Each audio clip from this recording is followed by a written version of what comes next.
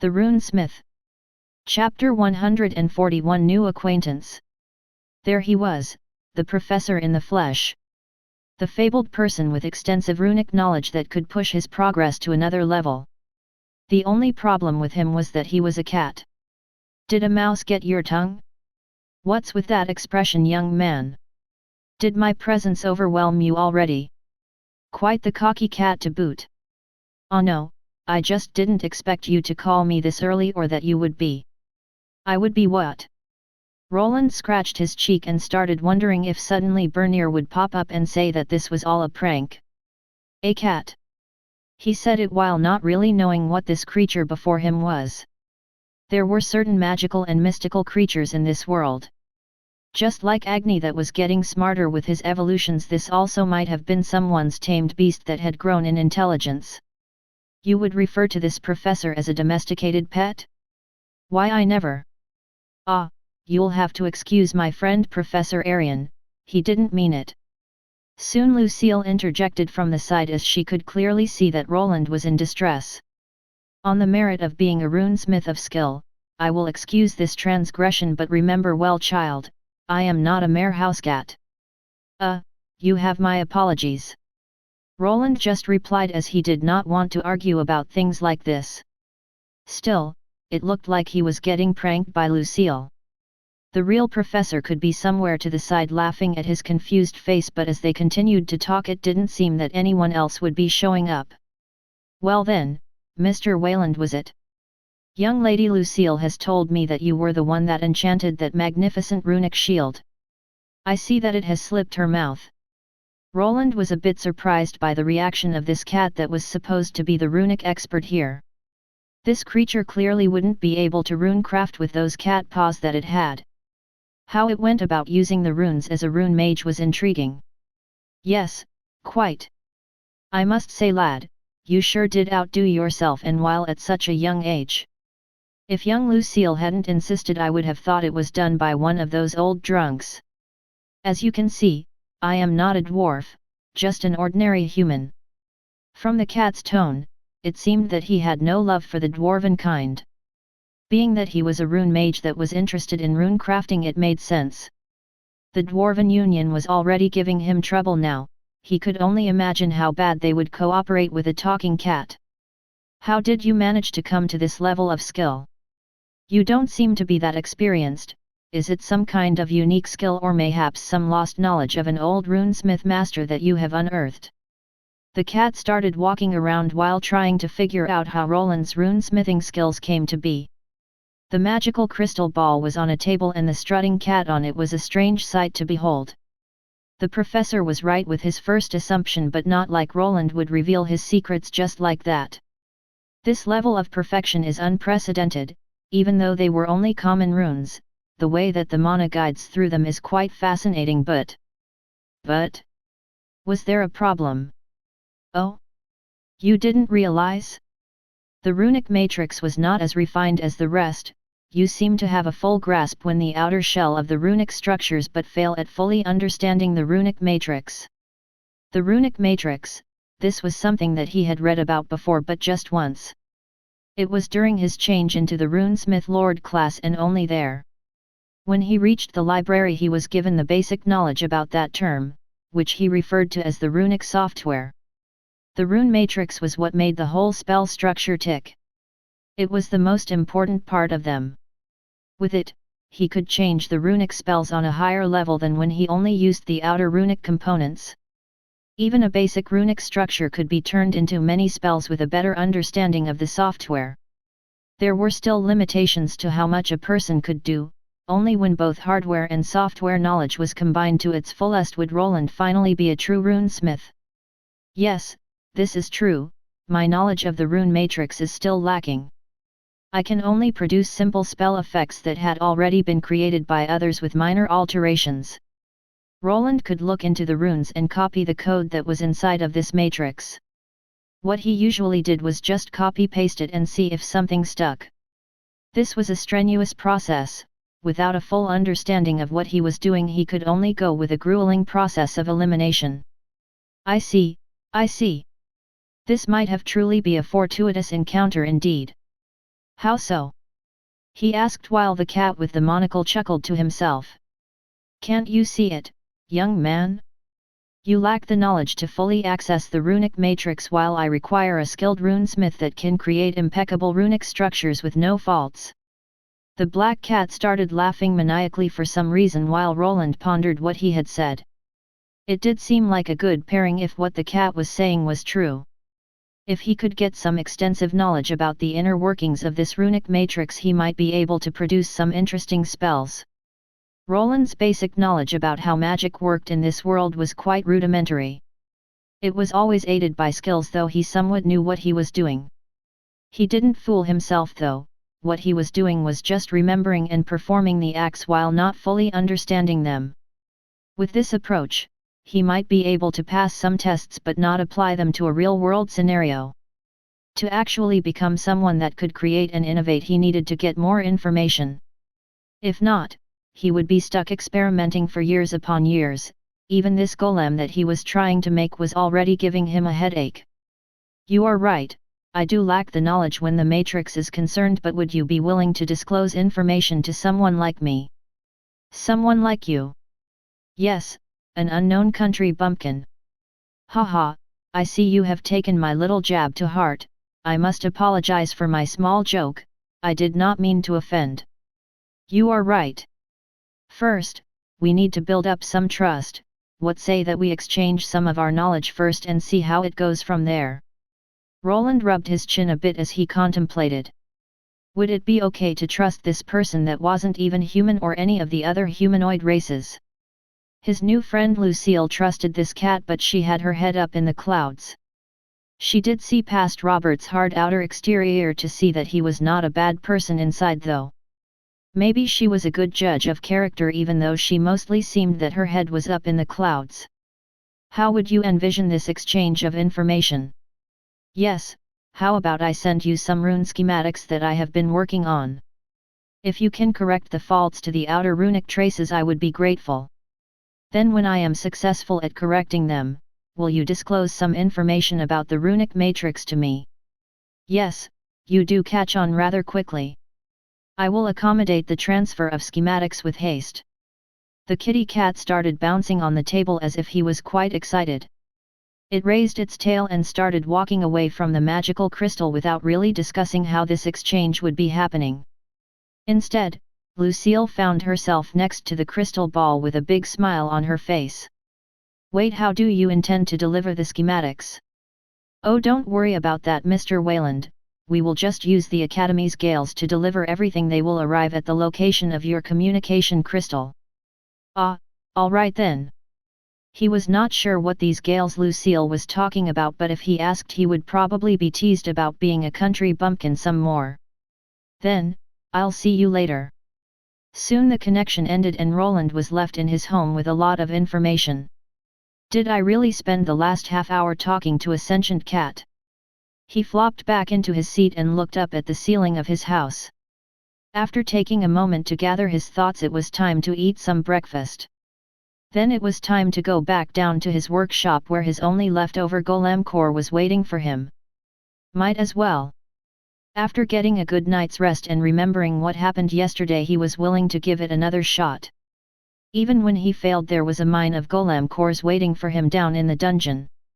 He could slowly learn through mistakes and progress along the way. With failure came experience, with experience came skill level UPS. In this world, a person was rewarded for continuously building themselves up. The constant system prompts that reminded everyone that they were slowly progressing only made a person try harder, as there always seemed to be a light at the end of the tunnel. So he grasped the last remaining golem core. This one was the largest and came from the highest level golem that he faced off against.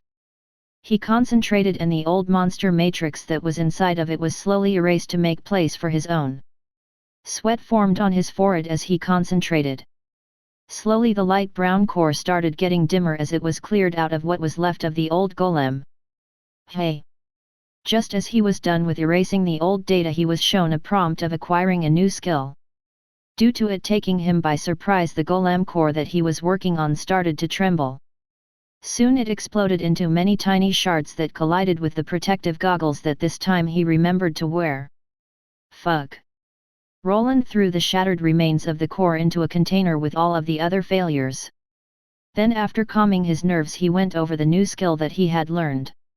Runic Cleansing. With this skill, a runesmith is able to remove old existing runes from various materials without damaging them in the process. It seemed that the skill would allow him to just erase old runes from items. This might have not seemed that useful at first glance but could prove quite handy. If he was working on costly materials and fumbled during it, he could be granted a second chance. Then where this skill probably had its uses the most was on items like this golem core. When using it on materials that would break easily, it would aid in keeping them intact. Probably with a high enough level he would not even need to concentrate while working on a golem core like this. That's nice, but now I need more golem cores. Having taken care of the runic weapon backlog the day before, Roland didn't really have anything else to do other than to work on his golem project. He hollered for Agni and both of them descended into the dungeon once more. With having a set-up grind spot, it didn't take Roland much to return with 6 more golem cores. The sun was already down over the horizon and it was getting dark. Thus when he saw the strange green glow over his house, Roland was a bit alarmed. "Oh hey boss, glad that you are back. That thing has been perched on top of the chimney for an hour now. I was not sure what to do with it, so I waited." Bernier was there and he was pointing at the glowing thing in question. "What is that?" "A bird." On his chimney, a nightingale was perched, but it was illuminating the night with some kind of greenish glow. The moment Roland had arrived, the bird turned its head to him. Soon it zoomed down from there and started circling around him. This caused Agni to growl, but Roland raised his hand up to stop him from making so much noise. "It's fine, I think I know what this is." He reached out with his hand towards this magical creature, and just as he had thought, it landed on it. Soon the glow that was coming from this magical bird faded along with it. Tiny green particles of light rose up into the air as a small satchel was left behind. I guess this was the gale that the cat meant. Sure got here fast. The magical academy was quite a distance away from where Roland was located. This magical creature must have been flying at an astonishingly high speed to get here. "Would you look at that? Is this one of your runic contraptions, boss?" "Mine? No, it's just a message from the Magical Academy."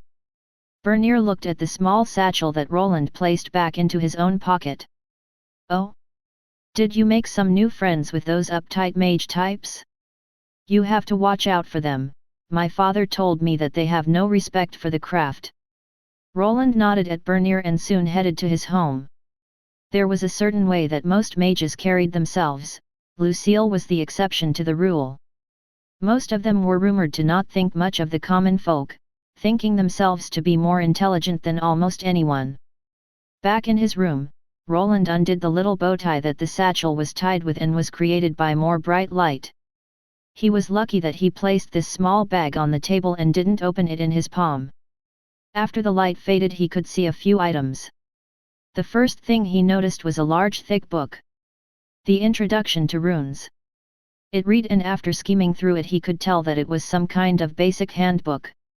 It explained some basic runic knowledge that he already knew, but also delved deeper into some content that he was not aware of.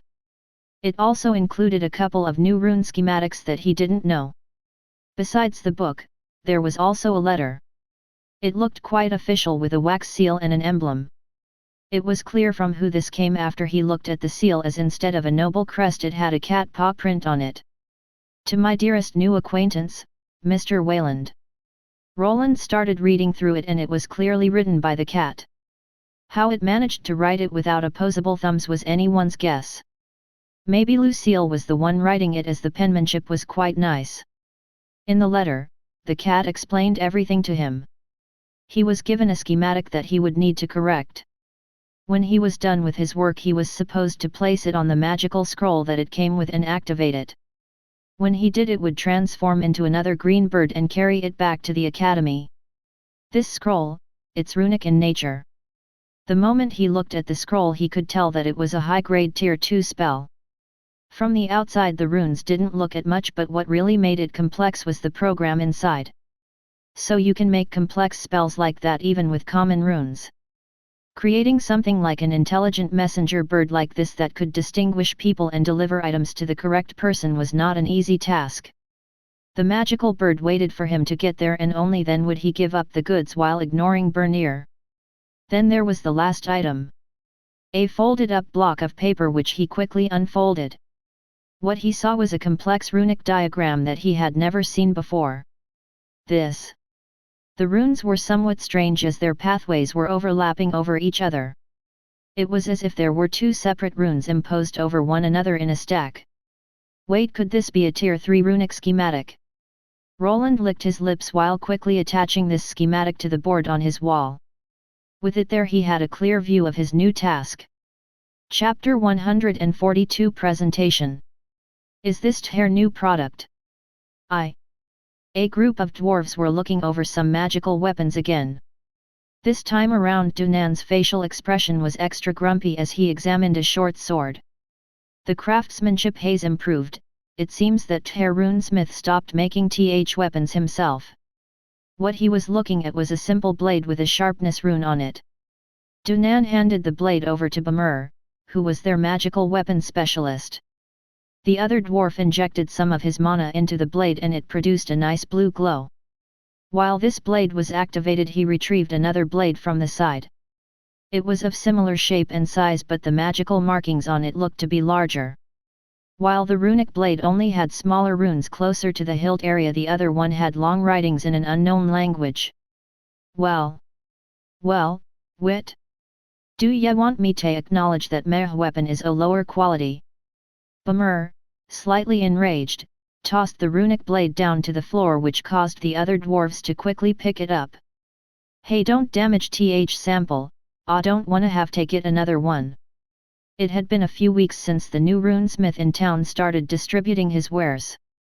They hit the shelves and at first, the dwarves weren't worried. No one seemed to be buying them due to the higher price compared to the tried dwarven magical wares. That all changed after one day. Greetings, fellow people of the Adventurers Guild, could you lend me your ears? The rowdy adventurers that were bickering and looking at the mission board looked to the side. There a blonde elven girl that they knew to be one of the guild receptionists was giving a speech. I'm not sure if you are aware, but our guild will be hosting a presentation. Be sure to all come to the training area in the back as we will be starting in 30 minutes. Solana gave a wink at the crowd of manly men, which made them shout out in unison. Some of them were quickly punished by their womanly companions that started kicking their shins. What is this about? No idea? Should we stay? Not like we have anything better to do. How about it, Rudy? Some of the adventurers that came back from missions shrugged and decided to see what all the commotion was about. This was something unusual as the guild rarely hosted any events. Most of the time the most interesting thing were the Tier 2 tests, which mostly ended up in the new adventurers eating dirt. Though with one certain adventurer having done the same to an instructor, the guild was swamped with more rank-up requests than ever. I'm sure you are all aware of our own city's runesmith. You might have also witnessed him down in the dungeon. Yes, I'm talking about the gentleman in the crimson armor with a very gruff exterior. Oh, red armor? Wasn't it that person? We should go and see it, Common Rudy. Why are you in a rush, Kira? The lady said that it's going to start in 30 minutes. The red-haired adventurer called out to his companion but was met with deaf ears. His party member was already heading out towards the area where the guild performed rank-up tests. The only thing that he could do was to shrug, finish this drink and move out. Where is she going? Rudy turned his head and saw his other party member, a larger male that was wearing full plate armor. The guild is making some kind of presentation or something. He just shrugged as he had no idea what this was about. Oh, a presentation. A second girl with long jet black hair popped her head out from behind the larger man. Soon the three headed outside and spotted her friend leaning over the wooden short fence that was supposed to keep people from opening the training field. Oh hey Sansa, look at who it is. Kira pointed into the distance and the other girl followed the finger. There she saw a handsome young man wearing some strange armor. His gauntlets had intricate runic designs which made him look more like the son of a rich merchant than an adventurer. Wait, is that? I don't think I ever saw him without the helmet. Yeah, it's a wonder that he hides his face if he looks like that. If only R2 could look like that. Kira looked at Rudy and started shaking her head. The young man in question was taken aback by the act of blatant disrespect. When he looked at the person that the girl was pointing at, he could only admit defeat. A man's face doesn't matter, it's all about spirit and conviction. The two girls looked at each other and started to chuckle. But wait, those runic patterns. You're a little slow as always, Rudy, don't you remember that time? That time. The red-haired youth crossed his hands and closed his eyes as he contemplated. In a moment it dawned on him as he recalled a certain person in runic gear saving their lives. When they became trapped and surrounded by lizard men like monsters, he came to their rescue. It's him. Finally remembered? If you're slow like this, you'll never stop being a noob. Hey! Ever since that little event, the party spread the word of the Crimson Adventurer saving their lives. This trend continued as this was not the only party that Roland had lent a helping hand during his travels down into the dungeon. He was one of the few adventurers that was known for helping newbies out if he ever found them in troublesome situations. The word noob was quickly taken up by the younger crowd as a slang word implying that someone was still green. Soon people started to gather. The beautiful elven receptionist was quite good at bringing attention while her glasses-wearing friend remained silent for most of it. I see that quite a crowd has gathered, let us start the presentation then. Solana was the main presenter, but next to her people could spot some familiar figures. One was the runesmith that was known as Wayland. Next to him was another large man that was mostly known by his visits to the red light districts. The presentation started with Armand moving out into the ring along with the runesmith. While Armand was wearing the usual gauntlets, the man next to him only had a tower shield with him. At first glance, it looked to be a normal shield, but if someone looked closely they would see runic patterns on the outside and inside. I'm sure that most of you are aware of the magical weapons, but have you ever witnessed ones with more than one enchantment? More than one enchantment? People started murmuring as something as a multi-purpose weapon like Roland liked to create was not widely spread. The vast majority of adventurers used weapons and armor that only had one active spell.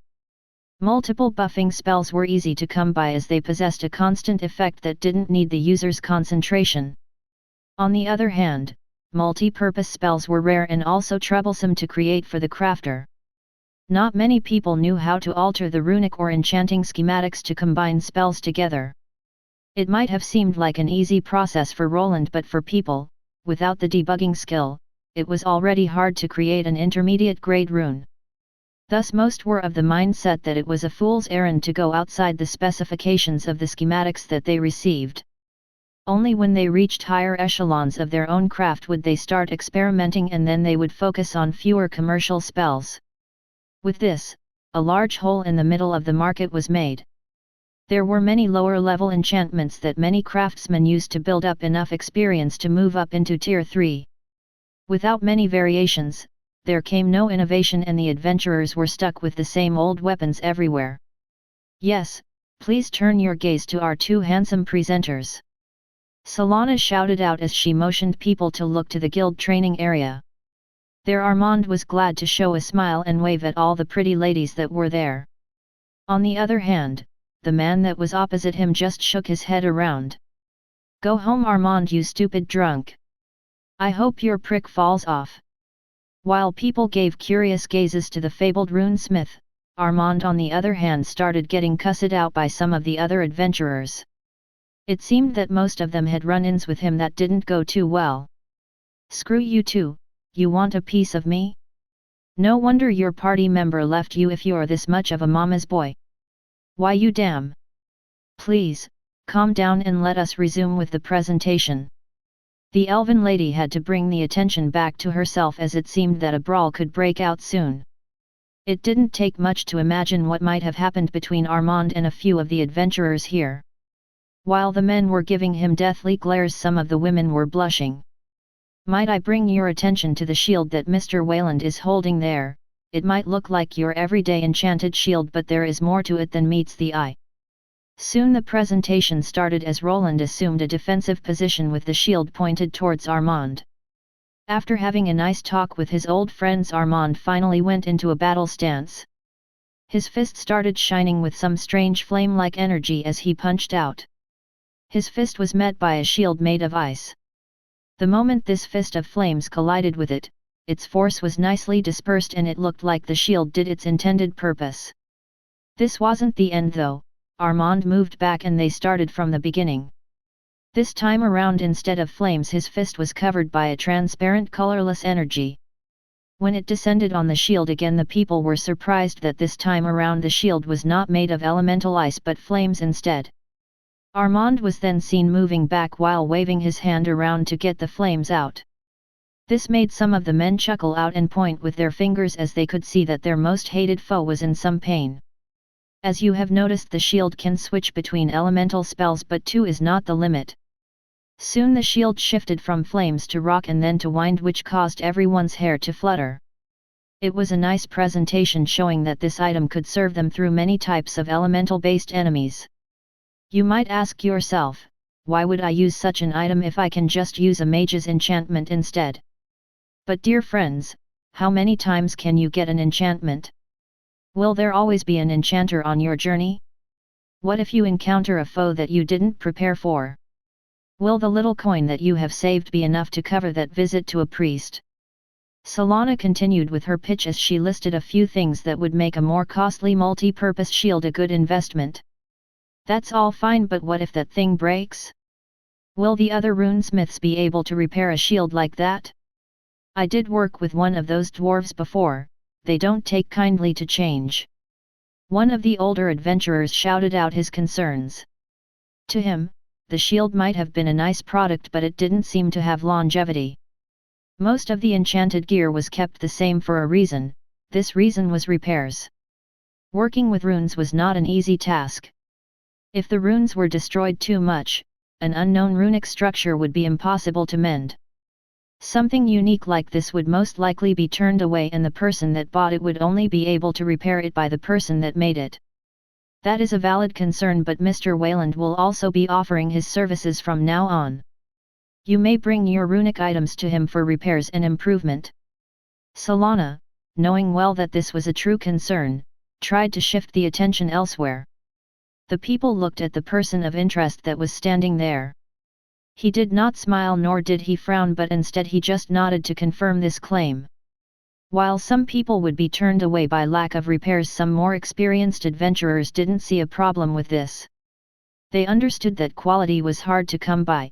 If an adventurer found a good craftsman that they could trust, they would not worry about long waiting times when it came to magical weapons.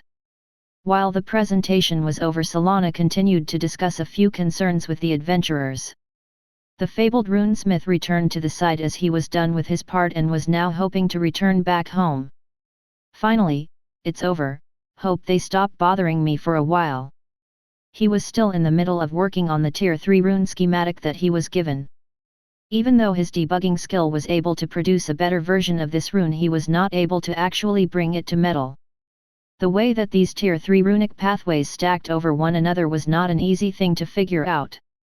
It was clear to him that there was some skill required to do this part, but some skills could be discovered ahead of time. With enough testing, he might discover a way to produce these Tier 3 runes and get this stacking skill just as he did get the cleansing one. There was also a nice surprise that brought him back to his cheating days. It was possible to receive experience from scribing this schematic onto paper just like he did with his first rune. He was rewarded with not only a large pile of experience but also an upgrade to his Runic Scholar title. With it, at the 3rd stage, he would probably be receiving a nice boost to his next class change. The only problem was figuring out to produce these Tier 3 runes before he actually reached this class level. Excuse me, Mr. Wayland, was it? While Roland was deep in thought, he heard a female voice call out to him. When he turned to it, he saw a group of 4 adventurers. One of the younger men had characteristic red hair and was eyeballing him for some reason. The girl that called out to him also noticed this and delivered an elbow to the youth's side. "Hey, stop it, you idiot. I wasn't doing anything.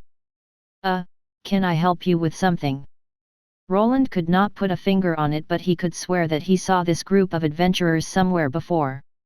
Even with his good memory, it was hard to piece the faces together, as he came across many such youths when he went down into the dungeon. "Do they want to request some runic weapons from me? They don't really look like they could afford them though." With an eye for gear, Roland could tell that these were steel-grade adventurers. Even when they achieved the silver rank, it would probably take a bit of saving up till they would be able to buy a pricey runic item. "Ah yes, we didn't get the chance to give our gratitude for saving us back then." "Back then?" "Yes, in the dungeon, you saved us from certain death." After taking a good look at the group, he finally recalled saving some newbies from a bunch of troglodytes.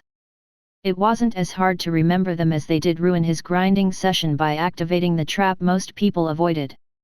"Ah yes, I see, glad that you are still alive." Roland was not sure what to say. The group of youths here was about the same age as his body was, but he felt like an adult among high schoolers. "How about we buy you a drink at the tavern?" "I don't really drink, I must apologize, but I still have a lot of work to do, so I'll have to excuse myself." He quickly shut the girl down as he had no time to be picking up new friends. Due to having to perform a presentation, his social battery was running on fumes. Now he just wanted to get back home and return to his runic research. "Ah." The two girls pouted and looked saddened by his reply. The boys on the other hand looked relieved for some reason. Luckily Roland was able to get away from this event, but soon he would be getting a lot more customers. Chapter 143 Hiring. "Hey boss, I know you said that you didn't want to be bothered, but is it another one?" "Yes, but there is more than one this time around. Should I tell them to leave?" Roland gave out a grunt while closing his notebook. The room he was in had its walls covered with large strange runic schematics that Bernier had no way of figuring out. There were crumpled up papers thrown to the side. In the middle of this room, there was a small stand on which an orb was on. This was no simple orb but a core that came from a golem monster. This stand was fashioned from silvery metal that also consisted of many runic inscriptions that were immaculately crafted to somehow work with it. "I'll never finish if this continues. I should have never gone to that marketing event."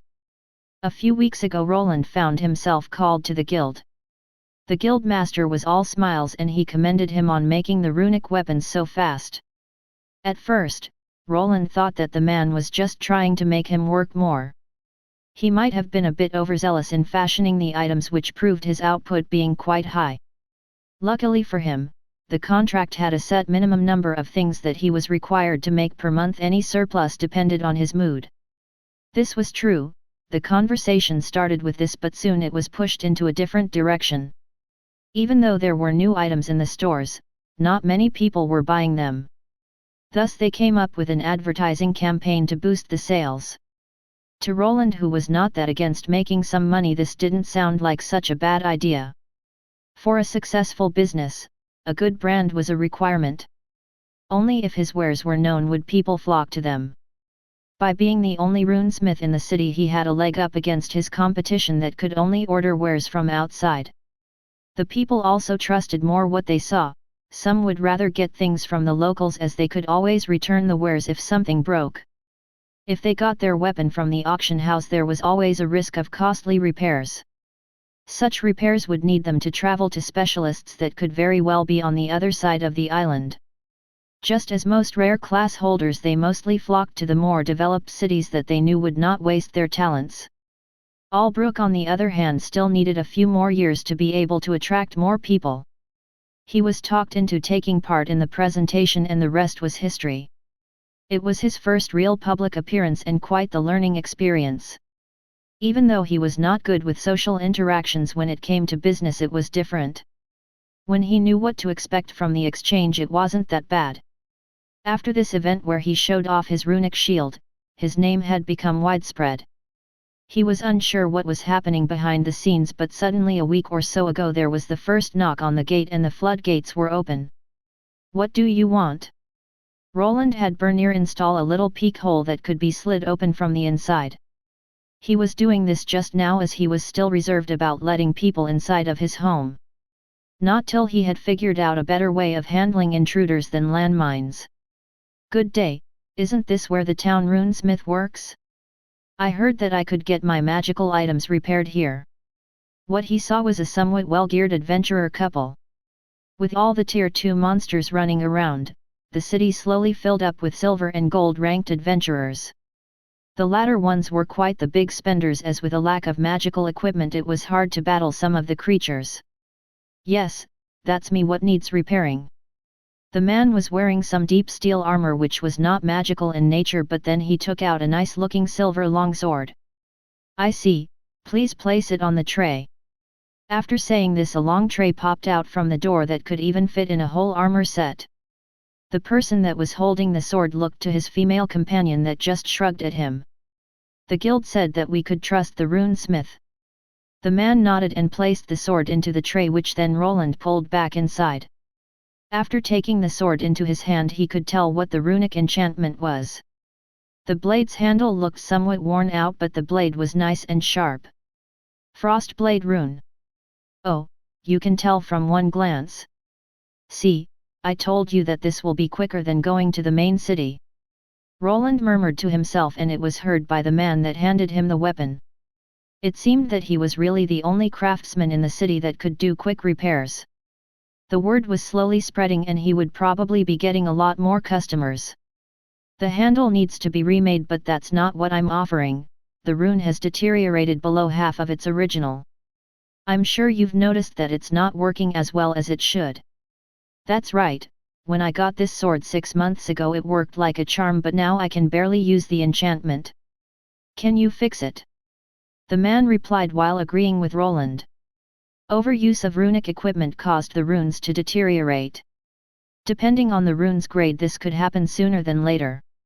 With a lack of runesmiths around, it would be hard to get this in working condition.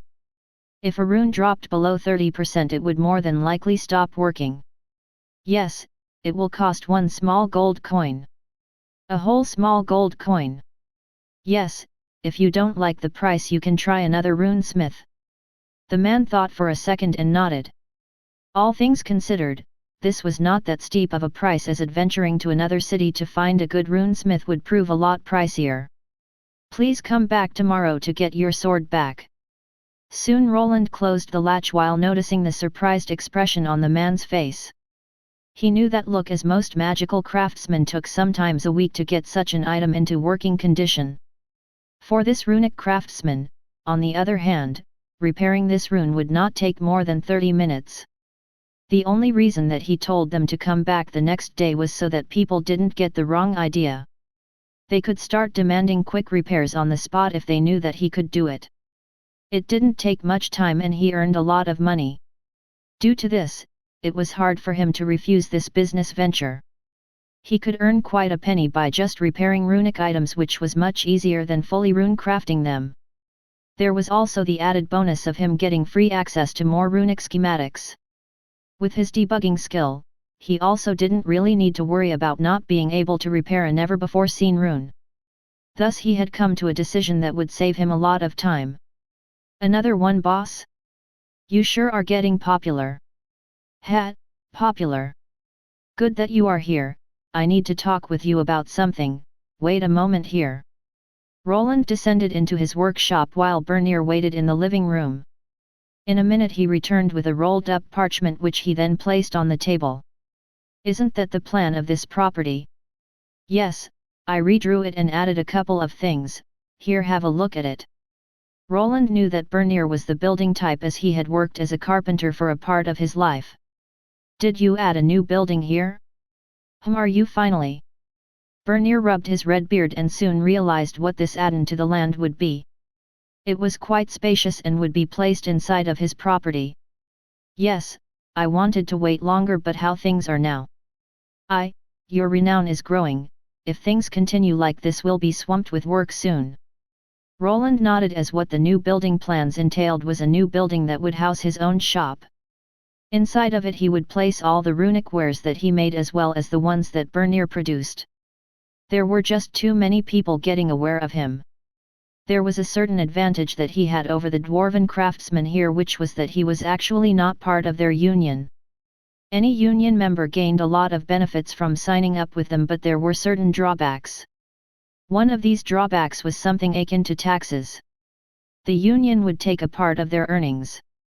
For new and upcoming crafters it didn't seem like a bad deal.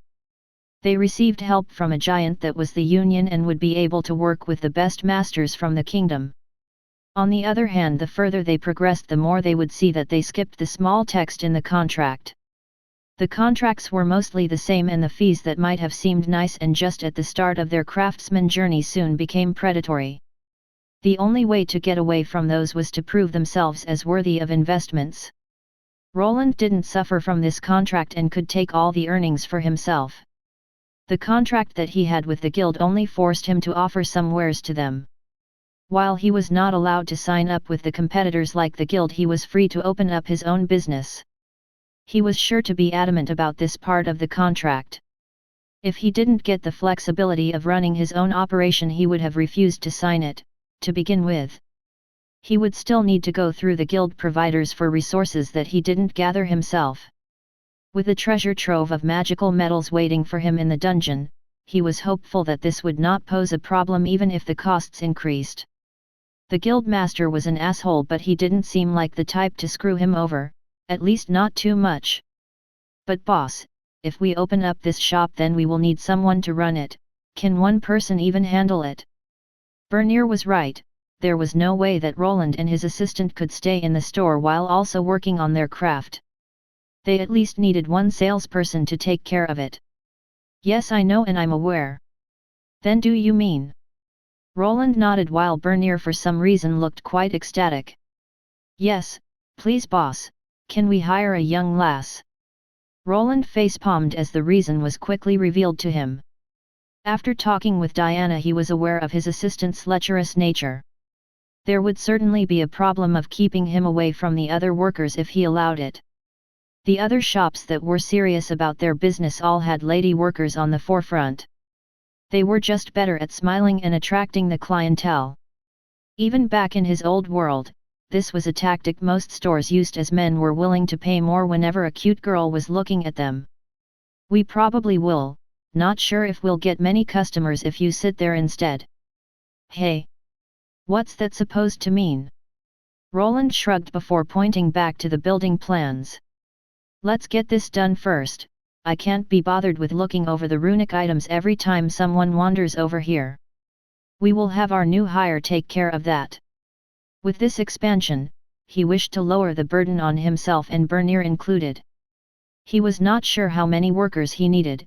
Some stores had many while others were run by just one person. With more workers, it also meant that he would need to wall up the backyard that was more or less a death trap for anyone that didn't know what was hidden there. This would also keep people away from snooping on his wind turbines, as more of them would soon be placed there. We might also need a new storage shed closer to the new store. How about we connect it to the underground workshop directly? This will save us the trouble of having people wandering around and getting blown up. Bernier commented, and Roland agreed as he remembered a certain noble lady almost doing that. I think we will need to hire some guards as well. Do you know anyone trustworthy? Can't say I do. I could ask the lasses at the guild for some recommendations. With the added notoriety and the opening of an actual store with lots of costly items inside, there was a need for protection. They could not just leave a defenseless person alone in a store filled with runic weapons. They would be asking to get robbed if they did that. In Roland's mind, it would be great if he could just produce golems for protection against thieves. This would alleviate the problem he was running into with the mines. This wasn't something feasible for the time being, as he was only at the stage where he could erase the Golem core's old programming. What about the pricing, and will you be keeping the books? This was one of the more difficult questions. Roland was somewhat aware of the prices the items on the market had, but he was not an expert. He didn't really have time to research the market and follow the trends. It would be best if his new worker would be able to do this, but finding someone that could run the store and was also good at calculating the expenses was hard. There was also the question of trust, as it was quite easy to withhold information. It would be easy for someone to hike up the prices even slightly and take the excess for themselves. Some people could even smuggle in their own wares that they could sell at his store, which could cause problems down the line if they were of poor quality. It will be hard to find someone trustworthy. Someone that is good with numbers, is a solid worker, a looker, and that we could trust. Hey! Isn't there one person that fits that description, boss? Bernier looked at Roland with a grin on his face. It took a moment for him to figure out who Bernier meant with that description. There was one lady in particular that somewhat fit what they needed. She did seem like the trustworthy type. Her? But she already has a job. What of it, boss? You just need to offer her a bit more of what she is getting now. I'm sure she is also tired of working with the rabble. I think she will bite. Roland thought of this new potential worker. From the people that he knew, she did seem the most trustworthy. She did have a good work ethic, and her situation did imply that a better paying job could entice her to quit her old one. Yes, she is perfect. She does feel like the best option from the people that I know, but what, boss? Oh, nothing. The talk was of course of Elydia, the guild receptionist. Roland was well aware of the orphanage situation that was now suffering due to Armand losing some of his privileges. It would be up to him to make the right pitch to get her over to his side. Would the bad blood that he has with Armand keep her from accepting the deal? He did put a big hole into their family's budget after he fought with him in the city. She could very well be holding a grudge even though she was not showing it. Maybe I should get Bernier to go talk with her instead. Roland looked to his assistant but soon started shaking his head. She always wears those baggy and reserved clothes, but I'm sure she has a sinful body underneath. I'll go find a nice uniform for her. I guess it's up to me. Roland groaned a bit while slumping his shoulders forward. This would be a battle that he needed to fight himself. Chapter 144 Work. You're a lifesaver, Elydia. An elf with golden hair could be seen hugging a woman wearing glasses that had a stack of papers in her hand. I don't know what I would do without you around. Elydia took a step back from the overzealous elf as the stack of files in her hand had almost tipped over. Soon her co-worker left the area as she had a very important appointment with a new admirer. Yes, whatever would you do? Elydia grumbled to herself while looking at the extra work that she would have to do. This wasn't the first time her friend left her with some extra things to do. If it happened that some of it wasn't completed till the next day, the guild master would probably give both of them an earful. Being that she was already on shaky ground since that incident with Armand, she would rather not risk it. All of this would take her about an extra hour to finish, which was that bad. Ever since the guild master started dipping his toes in the weapon dealing business, the workload had increased. There were a few new hires here and there, but it fell on her to show them the ropes. Being the top worker had its ups but also had its lows. Being the most knowledgeable person around just made everyone look to her for advice. This in effect took away from her own workload that only stacked up till the end of the day. Knowing that something like this could happen, Elydia had already spoken with Lobelia, her younger sibling. She would need to take care of the kids till she came back home. Luckily she was not out adventuring this day, as they had recently come back from a dungeon run. She could remember the day before, that morning more shouts between her brother and other adventurers took place. Armand was still quite hot-headed, which caused him to butt heads with the other adventurers. He and Lobelia came as a team, but they didn't belong to any larger adventurer group. They either went together or joined smaller groups that were searching for some helping hands. Armand's track record was not that good. Whenever he got involved in any of the better parties, they kicked him out after some kind of silly incident. The only reason that he was able to somewhat get work done was his skills. Compared to the other warrior types in his level range, he stood out. This could be attributed to the way that he grew up, and his big sister here knew why. At least that person can knock him down a peg. She thought back to a certain armored man that had tussled with her younger brother. Even though he was younger than Armand, he was able to come out on top after each clash. Now it seemed that her brother had somewhat calmed down when being around the one that bested him. Elydia gave out a chuckle after remembering the last time that she witnessed her new friend at the presentation. As expected, he looked like a fish out of water. The way he talked to the audience was remarkably fast. It was clear that he wanted to get it over with haste, but this only made him stand out more. He did feel a bit strange and unique when she compared him to the other people that she met. At first, he looked like someone that was trying to hide and run away from something. This was something that she could relate to, as she and her family had also moved here to start anew. His existence felt like a bundle of contradictions.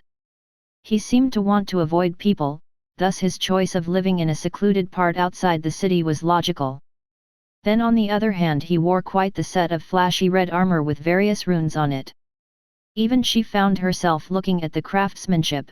It was as if he was trying to get people to look at him.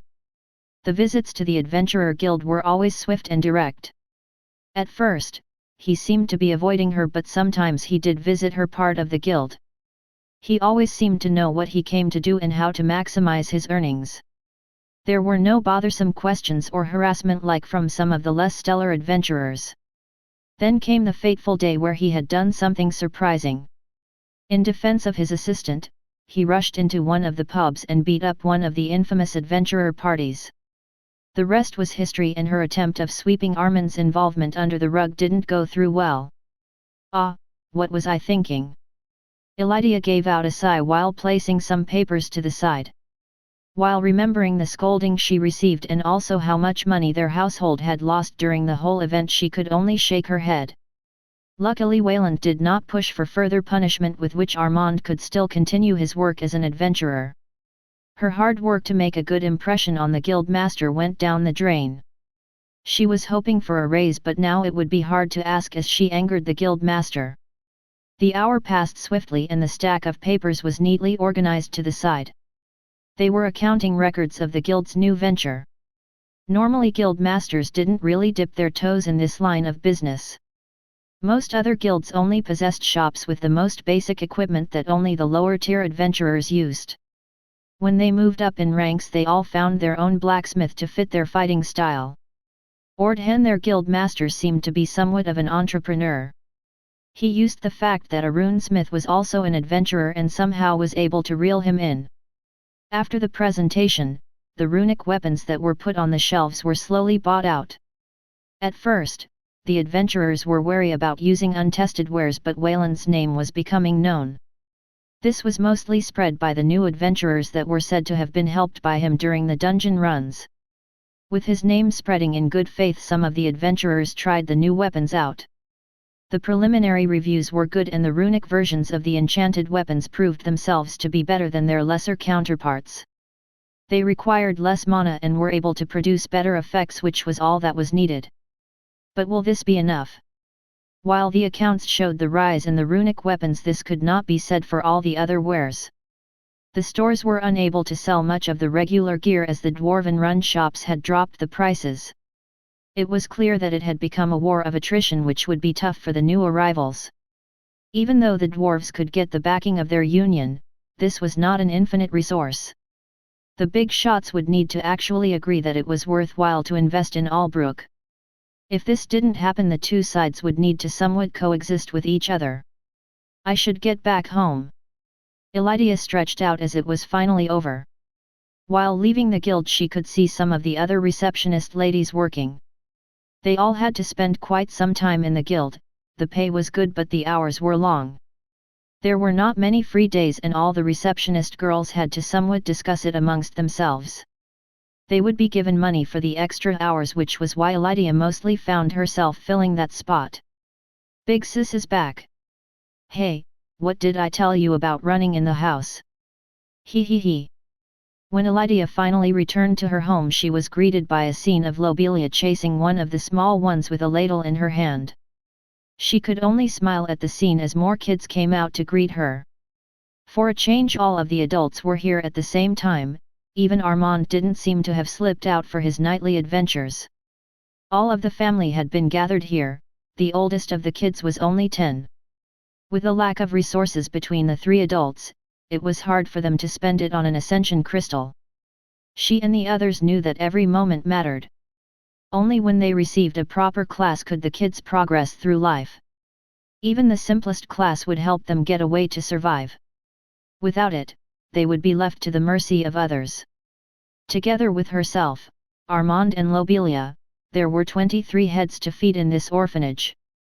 This number had been smaller when they arrived here, as with time more children without a family moved in. Even though the dungeon seemed like a way to get rich fast, it was not such an easy task. Many people wandered into it without realizing their limitations. It was easy to lose your way in the dim-lit corridors, and the heat only added to the confusion. Many young men and women went in and never came back.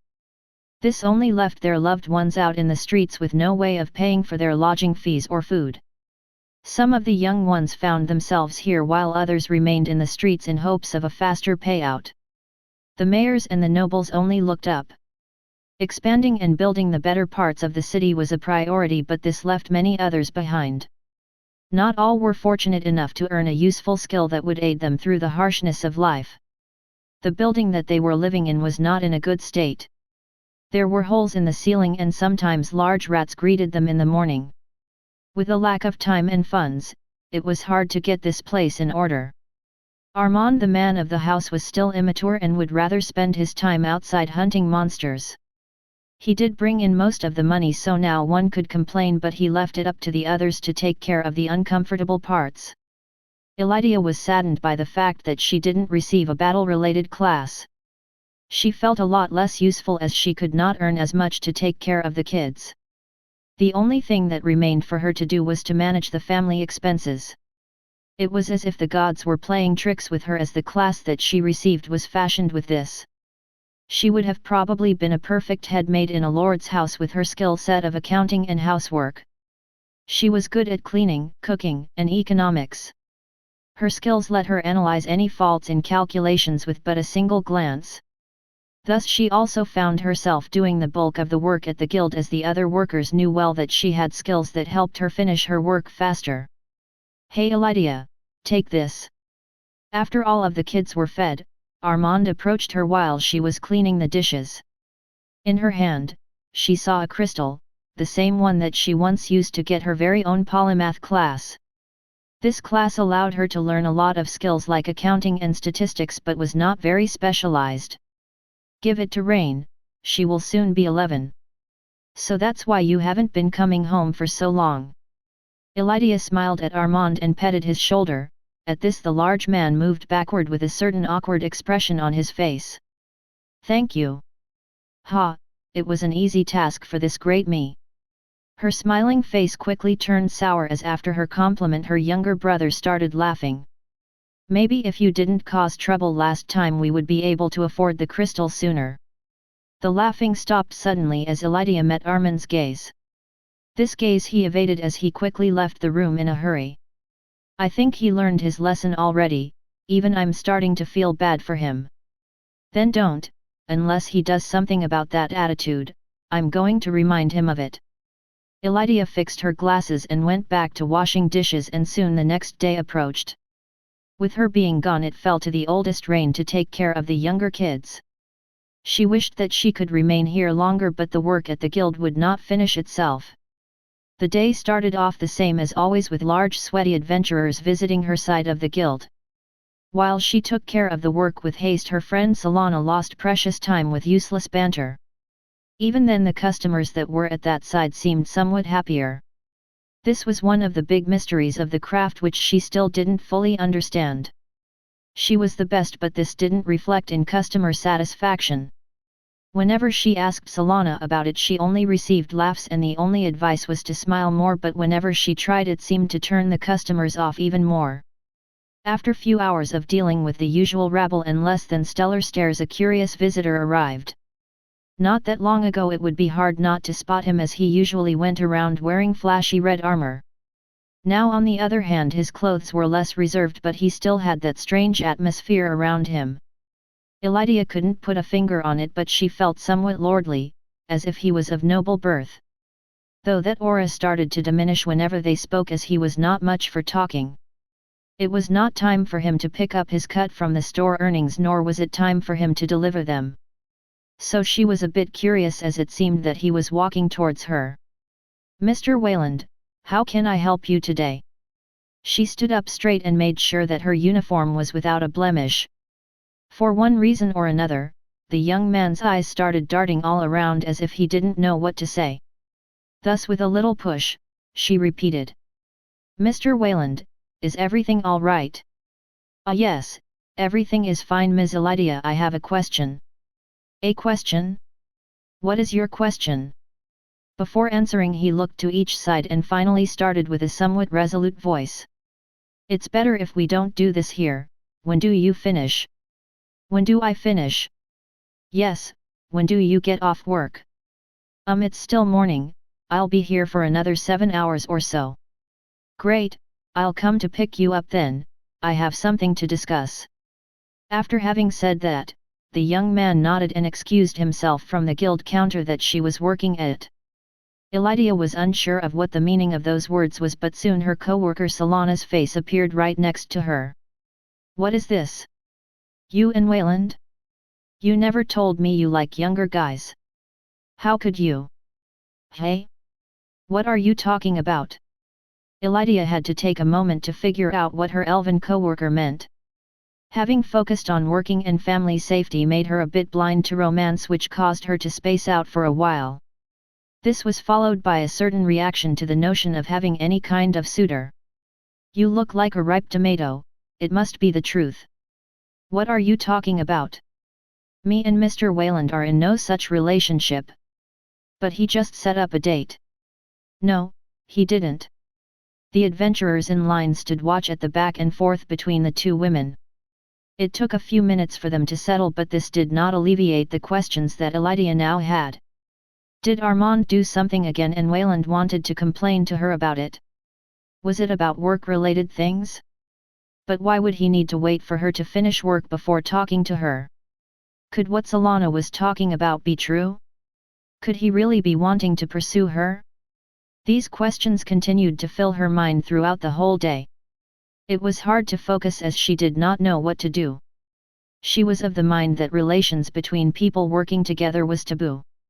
The young runesmith was somewhat employed by the guild, but he was more like a contractor than a regular employee. "Good luck, you will need it." "It's not like that." Solana gave Elydia a wink while she just rolled her eyes. Her mind was telling her that it was job-related, but for some reason, there was a certain strange feeling inside her chest.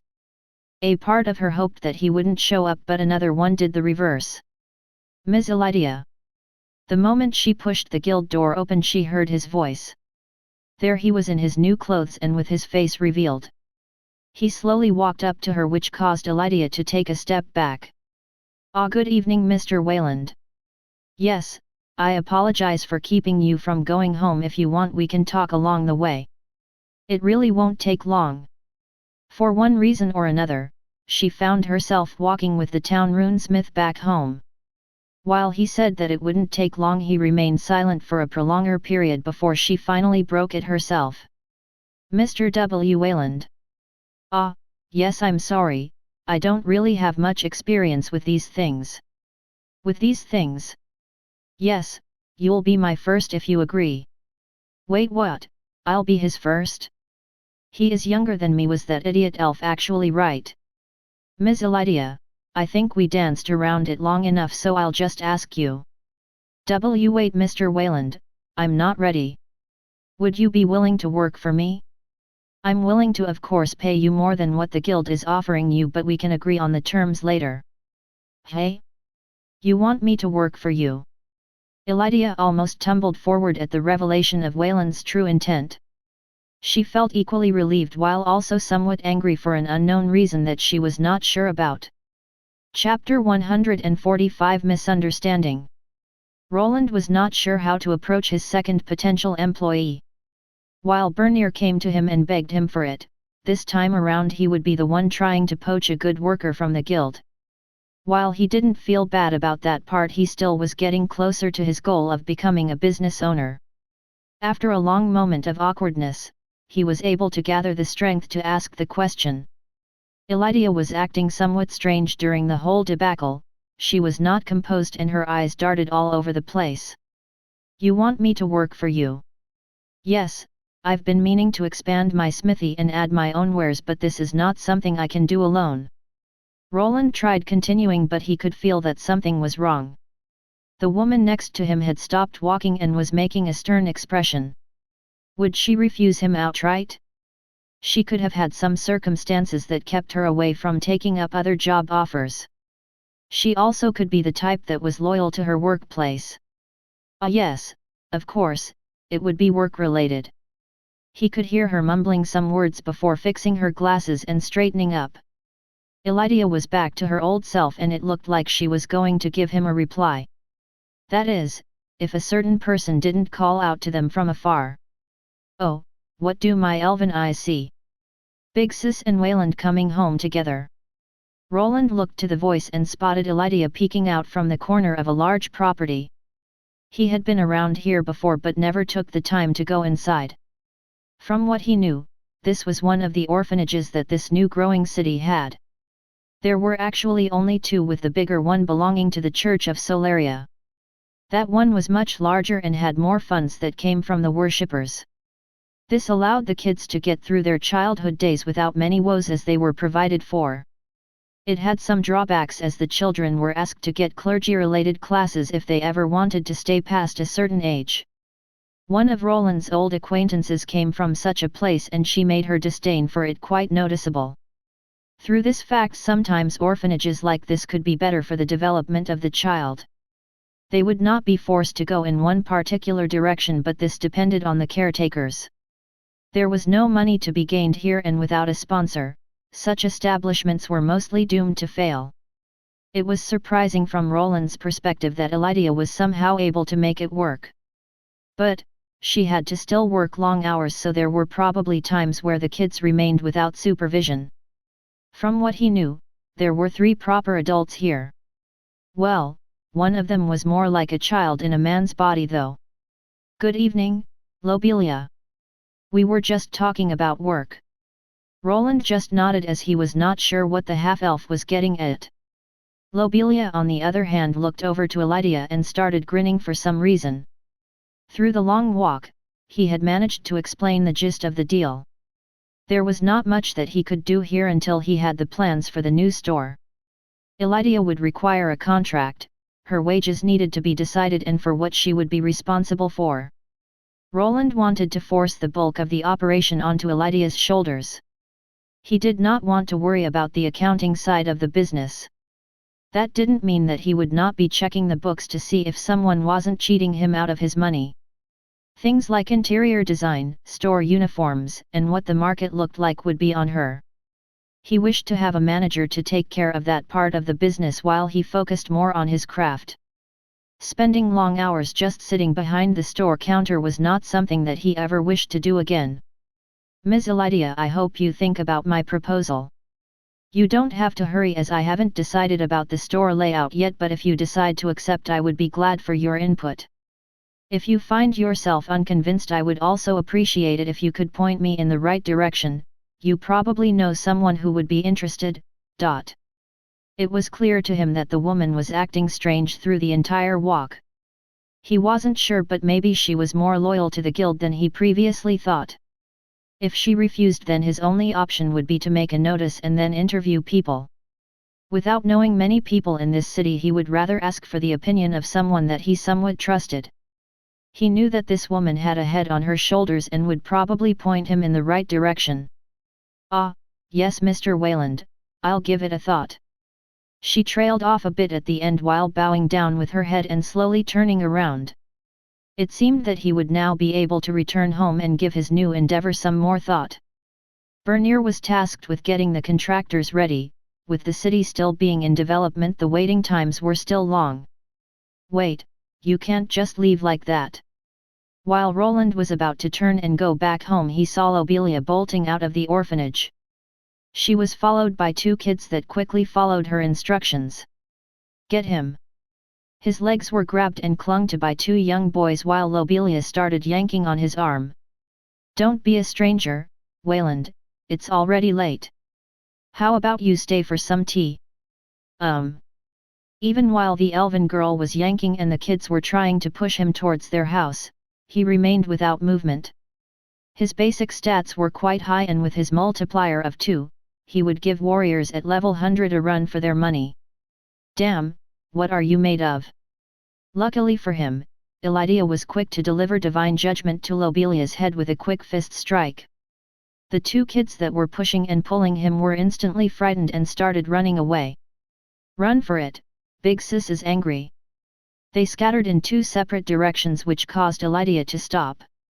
It was clear that these two knew that if they separated that she couldn't get them both. This was clearly not their first rodeo, but he wasn't sure if they realized that they would have to return home sooner or later and probably get punished anyway. "Wayland, what are you doing here?" While he was free from the clutches of the two kids, another bigger child arrived. It was Armand, who was holding a half-empty bottle that was probably filled with cheap booze. Roland didn't answer as he was still ready to just go. Instead, he saw Lobelia sprinting over to him and then whispering something into his ear. "Know them?" He then turned around and looked at Elydia with a raised brow. His gaze then turned to Roland before going back to Elydia once more. Armand then turned to Lobelia and the two started grinning at each other. "Well then, I'll be going. Ms. Elydia, please think over my..." "Oh, where do you think you are going?" Instead of being able to leave, he felt Armand's muscular arm being slung over his shoulder as the man got dangerously close. "What are you doing?" he asked, but was just petted on the shoulder instead. "Don't be a stranger, I'm sure you'll love the stew." Now instead of Lobelia and the kids trying to pull him inside, it was Armand. With the strength difference being a low lower now, he would have to actually actively resist Armand if he didn't want to get pulled inside. For some reason, the two kids returned with more people and now he was getting yanked inside by two adults and 5 kids. In the corner of his eye, he could see Elydia rubbing her forehead, which was showing a large forehead vein. It was clear that she was about to blow a gasket. While deliberating on what to do, an image of Bernier popped into his head. He recalled him mentioning that he should stop locking himself up in the forge and should meet more people. His relationship with Armand has mellowed down through the months. While he still thought he was an idiot, he was more or less a harmless one. Lobelia was a chatterbox and Elydia was more similar to him in the way she acted. Maybe staying over would not be such a bad idea, and it could sway his potential employee to accept him as her new boss. "Okay, fine, stop. I'll stay over." The moment he said this, the kids burst out in celebration. It was as if they won some kind of battle. It took Elydia's angry look to quiet them down. Soon, he and the rest entered the orphanage. Instantly when he entered, he was greeted by the loud sound of child laughter. This was already different from the orphanages that he saw at the church grounds. Loud talking, running, and even laughing was forbidden. The kids would be punished if they didn't behave properly. While here it seemed that the young ones respected the authority of the 3 adults here. There was a certain sense of freedom that they were allowed. It was also interesting how much they quieted down whenever Elydia gave them the glare. She was clearly the boss around here, and the kids fell in line when asked. When he stepped inside, he noticed some other things. First was the state of the building. It looked to be quite old. It was made from red bricks that were slowly crumbling. It was clear to him that they only managed to get this place as no one else would be willing to invest in it. The floors were cracked, and with each step, he could hear some strange sounds. While the place has been cleaned out and he could not see any dust or cobwebs, its state was not good. The building was wide and had 2 stories. There was a certain lack of doors, and the ones that were there looked like they could fall out of their hinges any moment. "Children, supper is ready." While he was being led forward by Armand, Elydia went away somewhere and he could hear her calling out to the children. Her voice was surprisingly loud and domineering, which was a contrast to the down-to-earth way she talked during business hours. He was pushed into one of the side rooms by Armand, who also for some reason had a slightly stupider expression on his face than usual. Lobelia as well, she was acting strange while whispering with Armand and always having a dumb smile on her face when looking at him. It felt like the two were playing some kind of prank on him. "Take a seat, we need to have a talk between men." Armand pointed to a wooden chair while he himself occupied one that was opposite it. Roland and he were in one of the side rooms. There were chalk drawings that probably the kids drew all over the walls and some wooden toys were scattered on the floor. "Okay." After sitting down, Armand leaned back and started asking some questions. "So how long have you been eyeing my sister for this?" Roland wasn't sure what this was all about at first, but then he finally realized. Elydia must have informed her siblings about the job offer. This did somewhat explain their strange behavior. "I've been considering her for a few weeks. After going through it in my head, I don't think I could find a better person in this town." Armand's eyes opened wider and he was clearly surprised by the answer. He leaned forward and the conversation continued. "Damn, not even denying it at all. I thought you'd be more of the reserved type, but you speak like someone with a lot of experience." "I wouldn't say that I have a lot of experience, but I think I at least have more practice with such things than others." Roland had been running his own little undertaking himself, which brought him more experience in the field. Managing other people to do the correct work would be something new, and for that, he needed people that would not screw him over in the long run. "HOH, not hiding your previous conquests either? We two might not be that different after all." Armand nodded as if he realized something.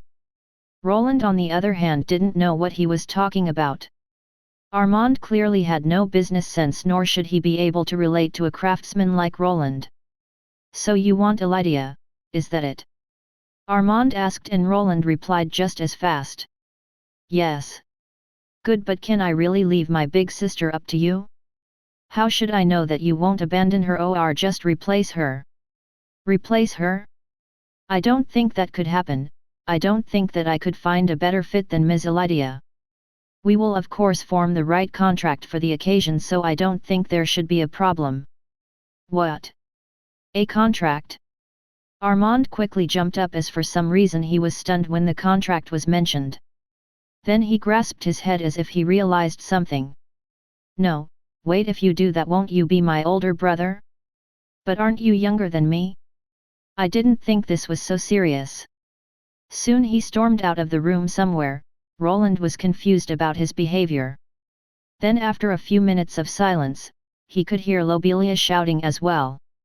The whole orphanage erupted in a sea of voices. He had no idea what was being discussed, but Elydia joined the fray as well. When he peeked out from around the corner, he could see both Armand and Lobelia kneeling down on the ground. Elydia was holding a ladle that was slightly bent out of shape. There was also an imprint of it on Armand's head. After waiting for some more, he was picked up by one of the young children.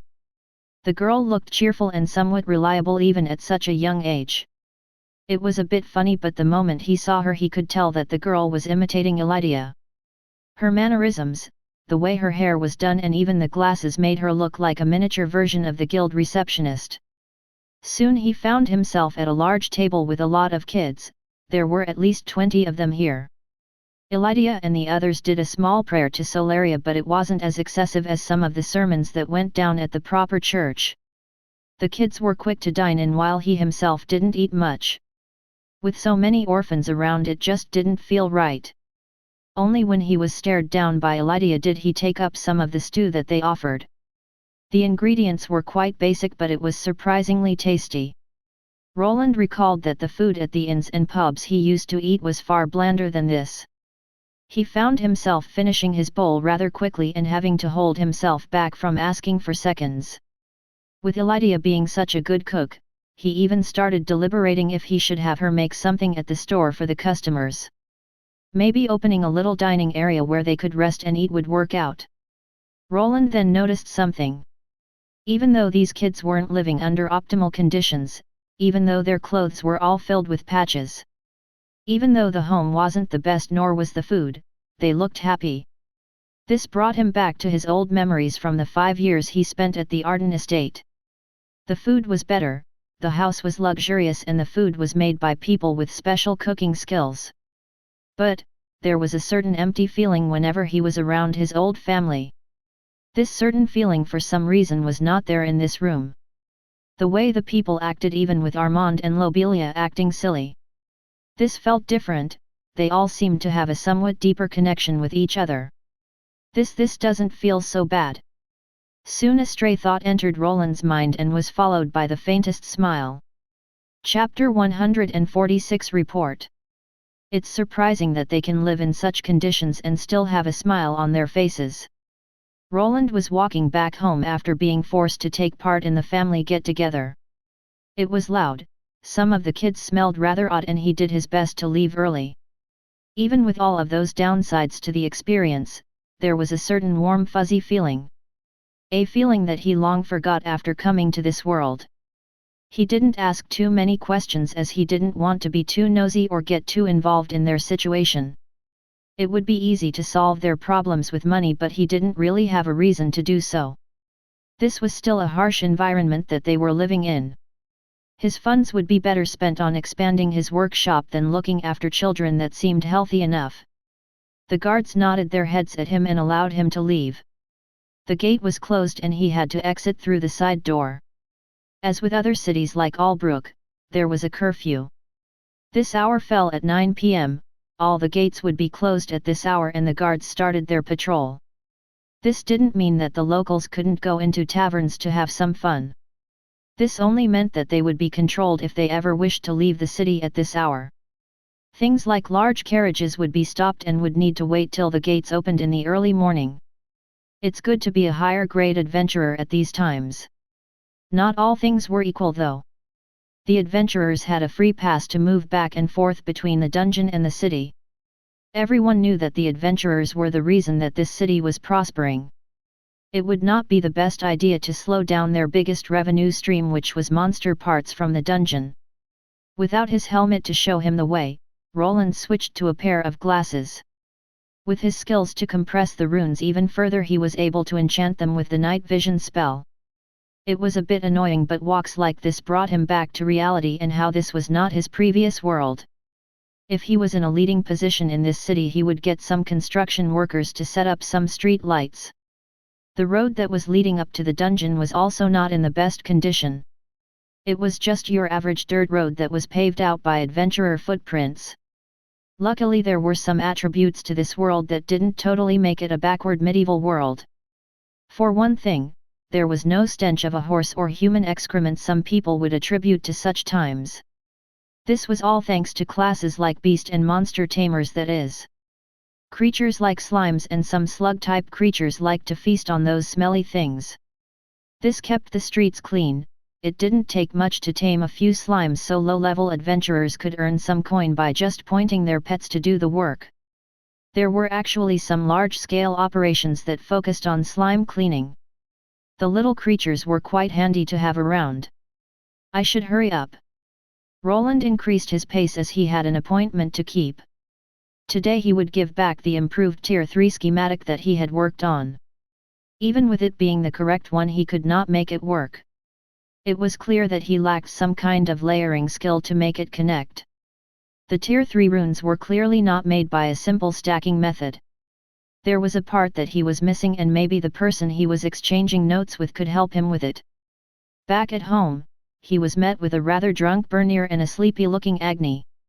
The wolf was busy munching on some mana stones. With his skills not being topped of, it would take some time before he could advance him into the higher Tier 2 adult Ruby Wolf. Hey boss, how did it go? Did little Elydia agree to the offer? I'm not sure. She was acting a bit strange at the beginning.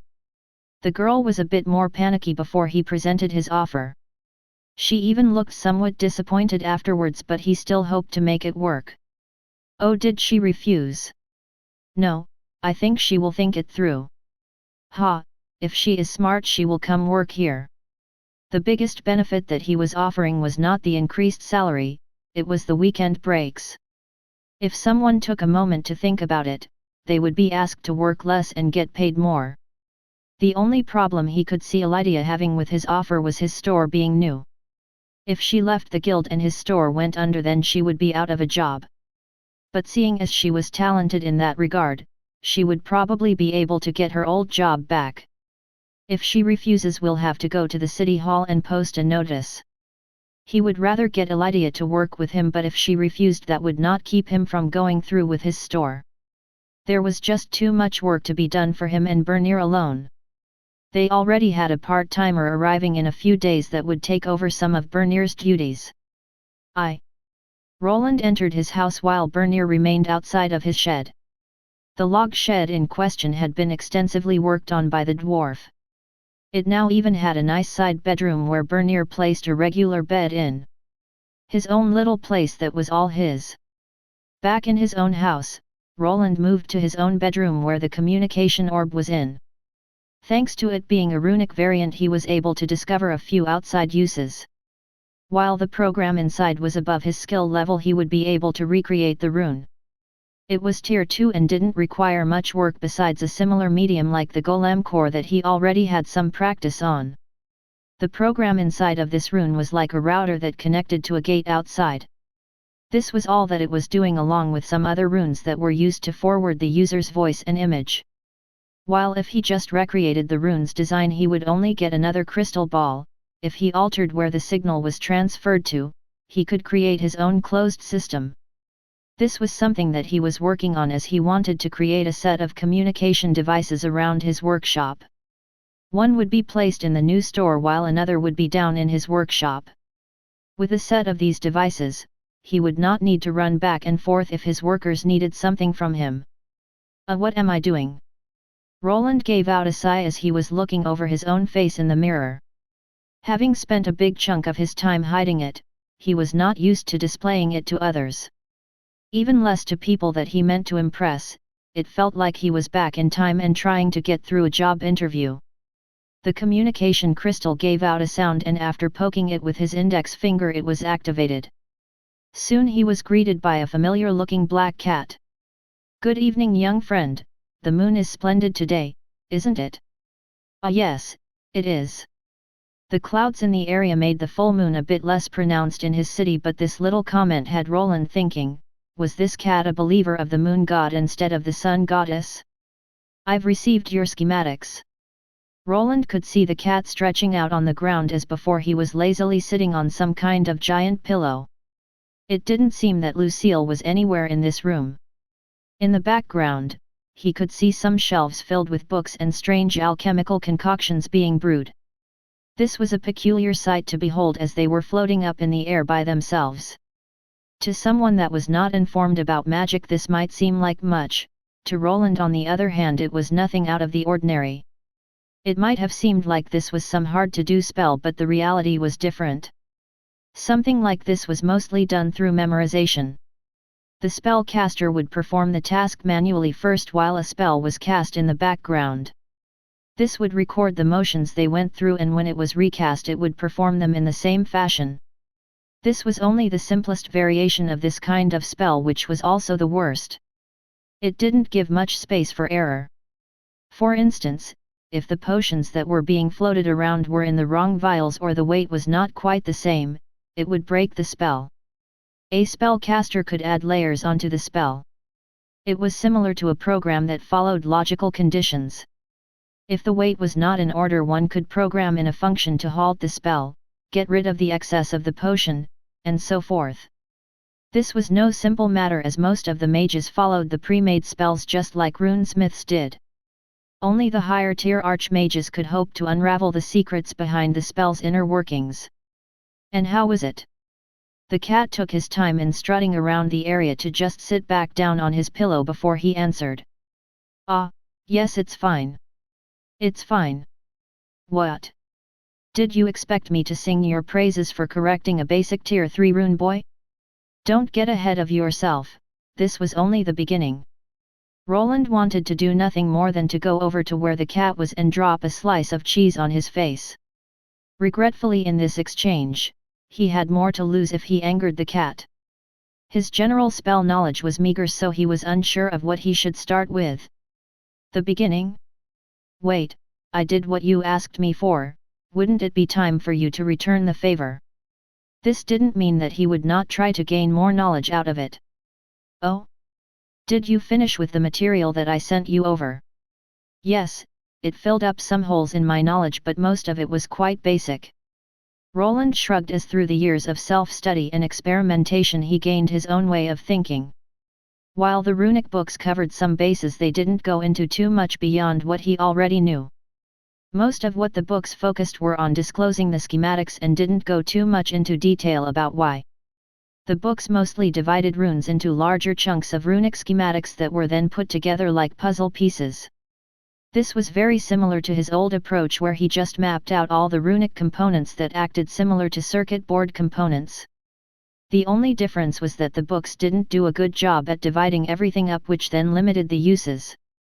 Quite basic, you say? Those are strong words for someone that knows little about the mysteries of runes. The cat replied while his tail danced around back and forth. Alas, you have risen to the challenge. You probably won't disclose how you managed to achieve this while being at your level. Roland just shrugged as he did not want to discuss his debugging skill. This was a clear give-and-take relationship, and he didn't think that the cat would disclose all of its secrets if he asked for them either.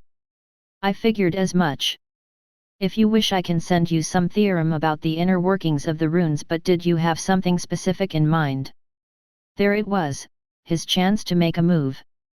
Yes, actually I've been having some trouble with my golem research. I could use any materials that you might have about the way that runic golems are constructed. Runic golems?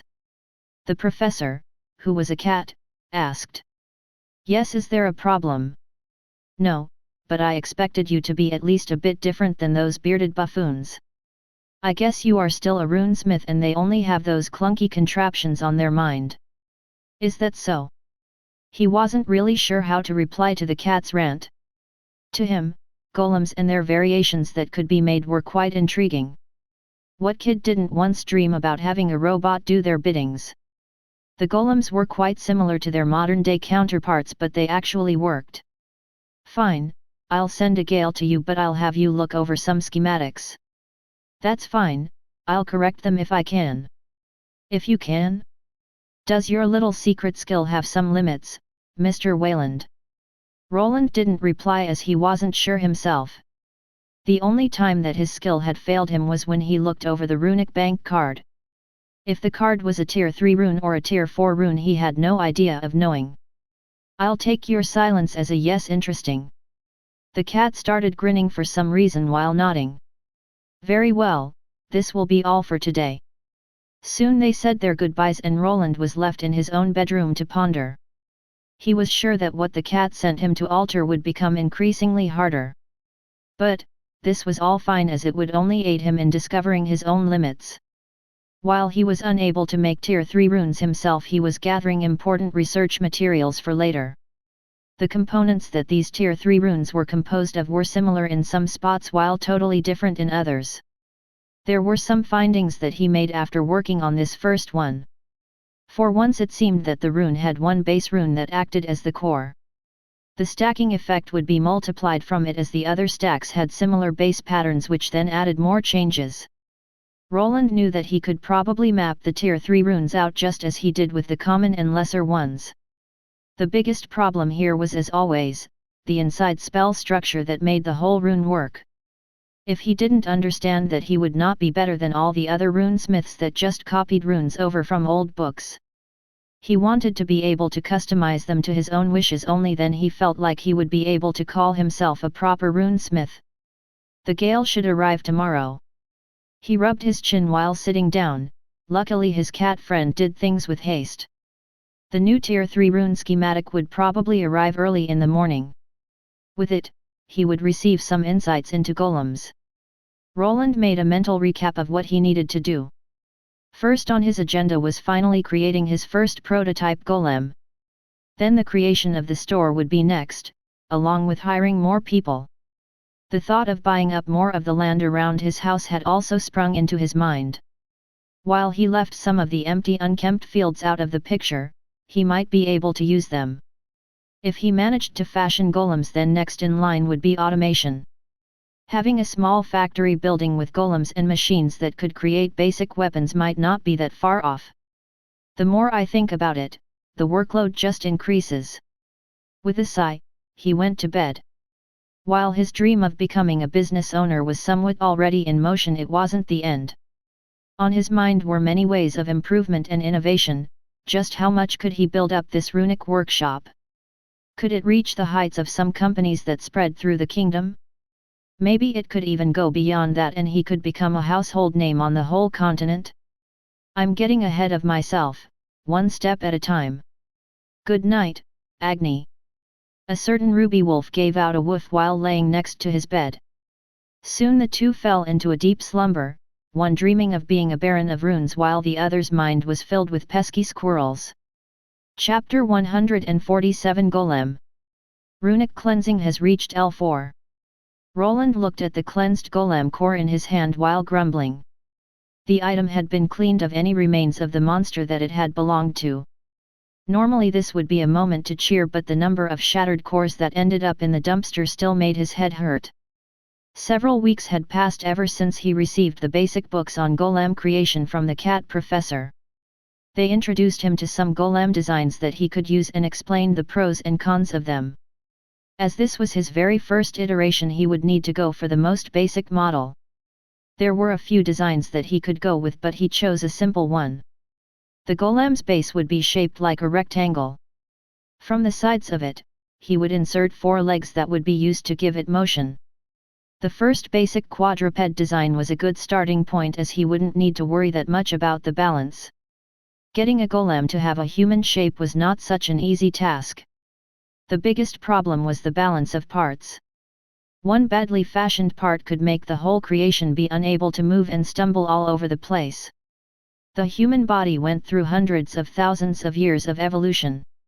It was not easy to just recreate the joints in metallic form. Even then, if the program that the golem was running on was buggy, the whole thing would just not work. Thus, for his first try, he decided to make something that didn't need as much attention to detail. Animals that run on 4 legs had less trouble with balancing themselves. He also had a good test subject to work with, his trusty ruby wolf, Agni. While Roland did intend to try mimicking a wolf's walking pattern, this first prototype would be more similar to a small spider. Instead of 8 legs, it would have 4 now, as a similar basic golem model was presented in one of the books he received. It was quite astonishing how these golems worked. At first, he thought they would be similar to robots, but they weren't quite as complex. At least not with their outer shell. While robots required complex joint design and a lot of movable parts to make them work, it wasn't the same for golems. For instance, a knee joint could require a separate motor to be mounted on the side.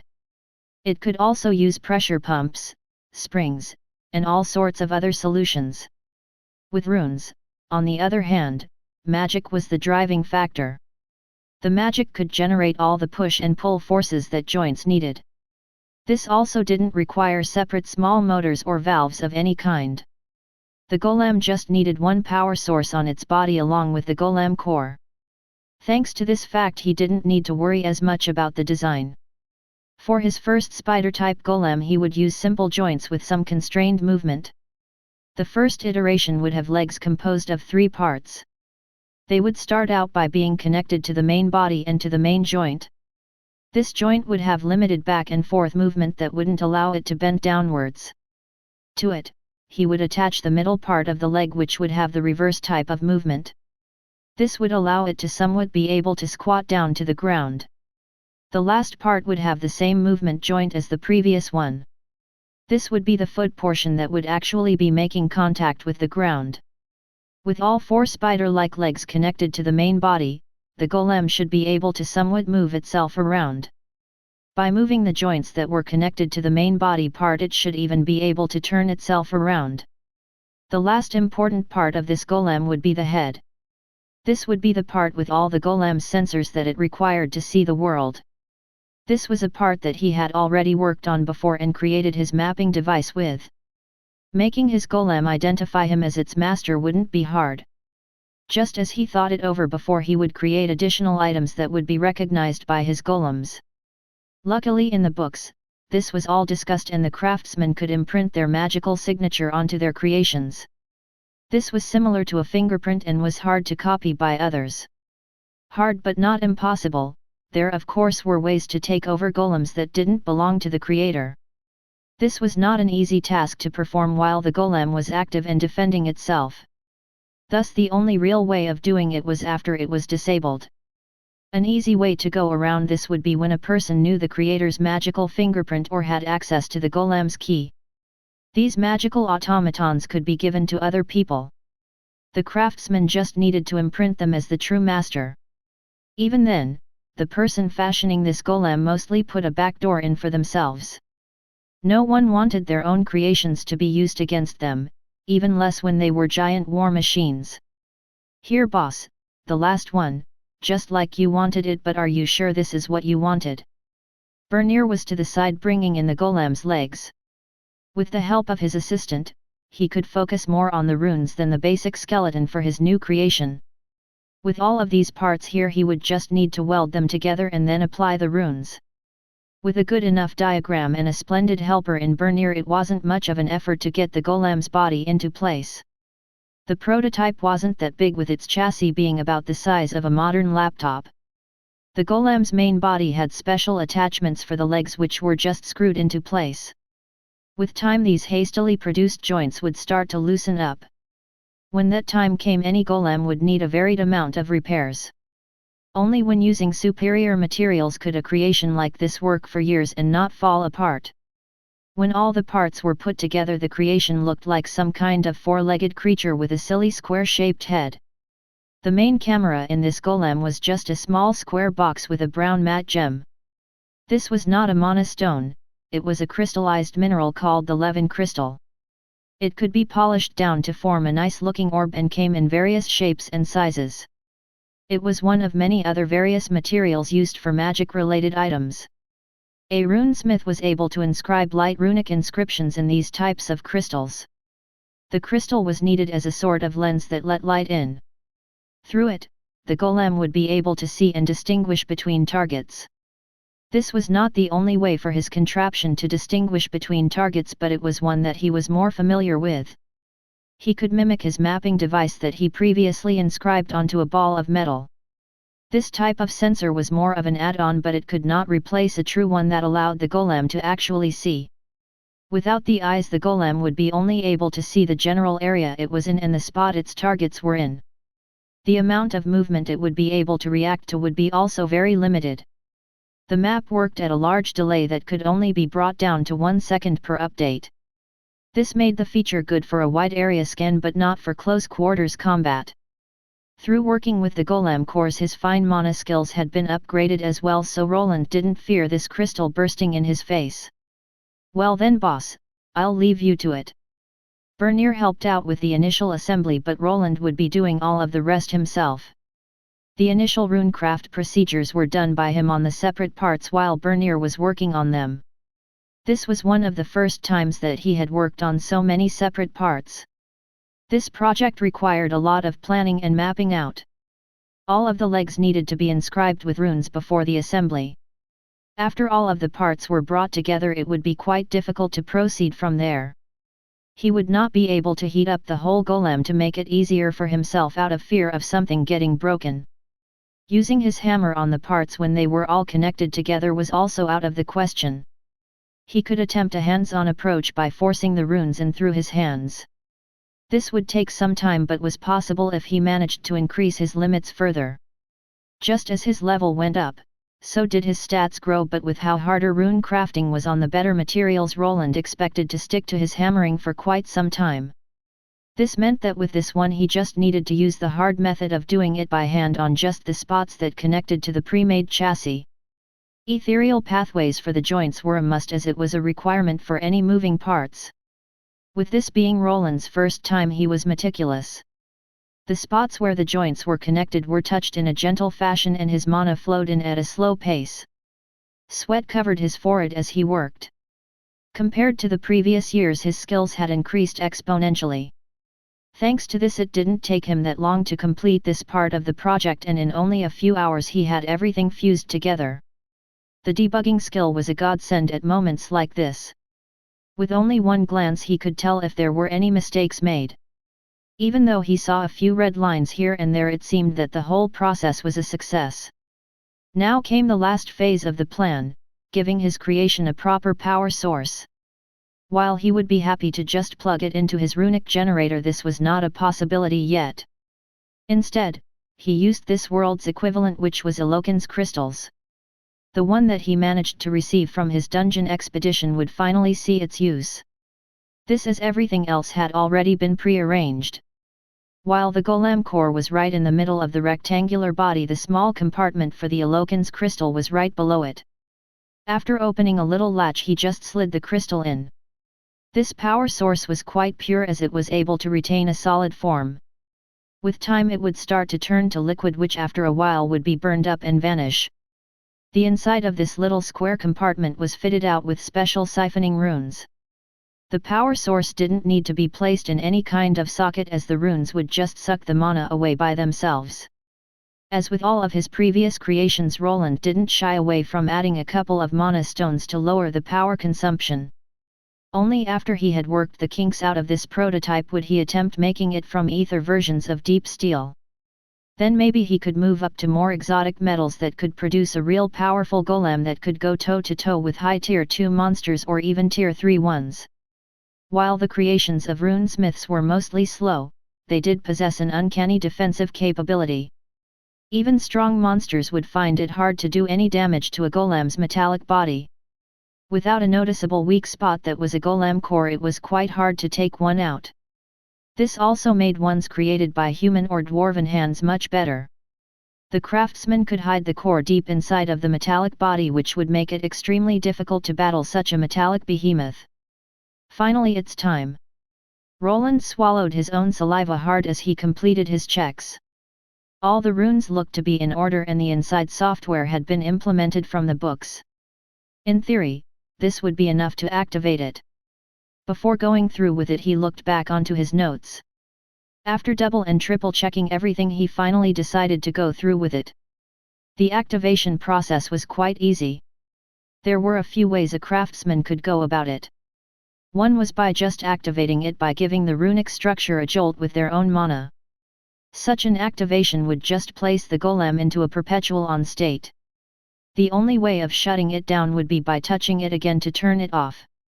This was fine when working with a prototype like this, but would not work if he wanted to have it function for other people. Normally a craftsman would first create a remote item that they used as a medium so that they would not need to do everything by touch. This would also save them from having to run after the golem if it ever ran into some kind of system error. Roland was in a somewhat rush with this one, so he decided to just go with the hands-on approach. His hand was placed on the golem's main body and it started to glow. The runic structures lit up in a bright blue light before settling down. The golem was down on the ground and had some space to move in. For the first test, he decided to use a closed environment. If this thing went berserk and started causing chaos, he could contain it easily here. The gem that represented his creation's eye glowed for a moment before settling back into its brownish color. The light show soon stopped and Roland's facial expression went through a few stages before it settled down on a frown. Did it fail? But the moment he asked, he heard a familiar sound which was followed by a pop-up screen. You have gained a new title, Runic Golem Architect. Runic Golem Architect. Title. A person with this title has managed to construct a runic golem of their own making. With the help of this title, some of the secrets concerning golem creation are revealed. Roland grasped his forehead as he could feel a surge of information getting shoved in there. This was a bit similar to how he used to receive knowledge about how to cast certain spells when he was still training his mage class. While the simple spells like Mana Bolt didn't give him much trouble, this injection felt a lot worse. After it was done, he could feel that he already knew a lot more about his new creation than he did a few seconds ago. The title was quite grand as it had the architect part to it. Roland deduced that this might have been some higher title that he achieved due to his using the debugging skill on the golem designs from the books he was lent. It seemed that by altering a few things made him more of a designer and the golem's creator in one fell swoop. While he was confused why the golem was not working at first, with the title giving him some aid he realized what the problem was.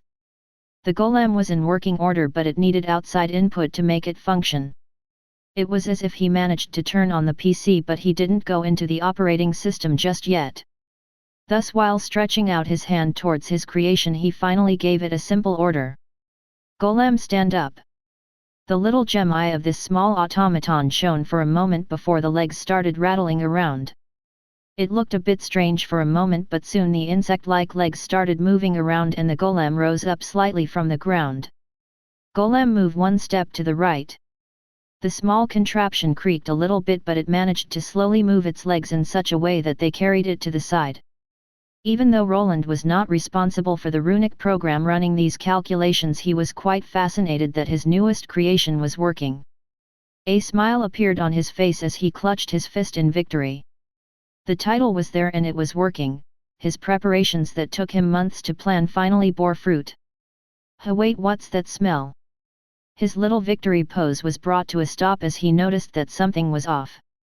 He looked at the small golem and noticed that a certain part was starting to glow orange. The hell? Bernier almost fell down from a chair as he heard a loud sound of something exploding. He looked to Agni for a moment before both of them sprinted to Roland's workshop. Boss, are you all right? Bernier? Yeah, I'm fine. When I try to use untested minerals as power sources from the dungeon next time, please kick me. Roland was spotted on the ground with a lot of dirt on his face. The golem's parts were scattered around the whole area and Bernier could not hide his amusement. Chapter 148, Testing the New Creation. The sound of some kind of liquid being poured could be heard. It was then followed by the sound of metal being singed. There, that should do it. Are you sure, boss? What if it explodes like the last time? That's why we are doing it outside this time around. Just hide behind those metal plates if something goes wrong. Roland and Bernier were standing outside his home and where an empty unoccupied field was.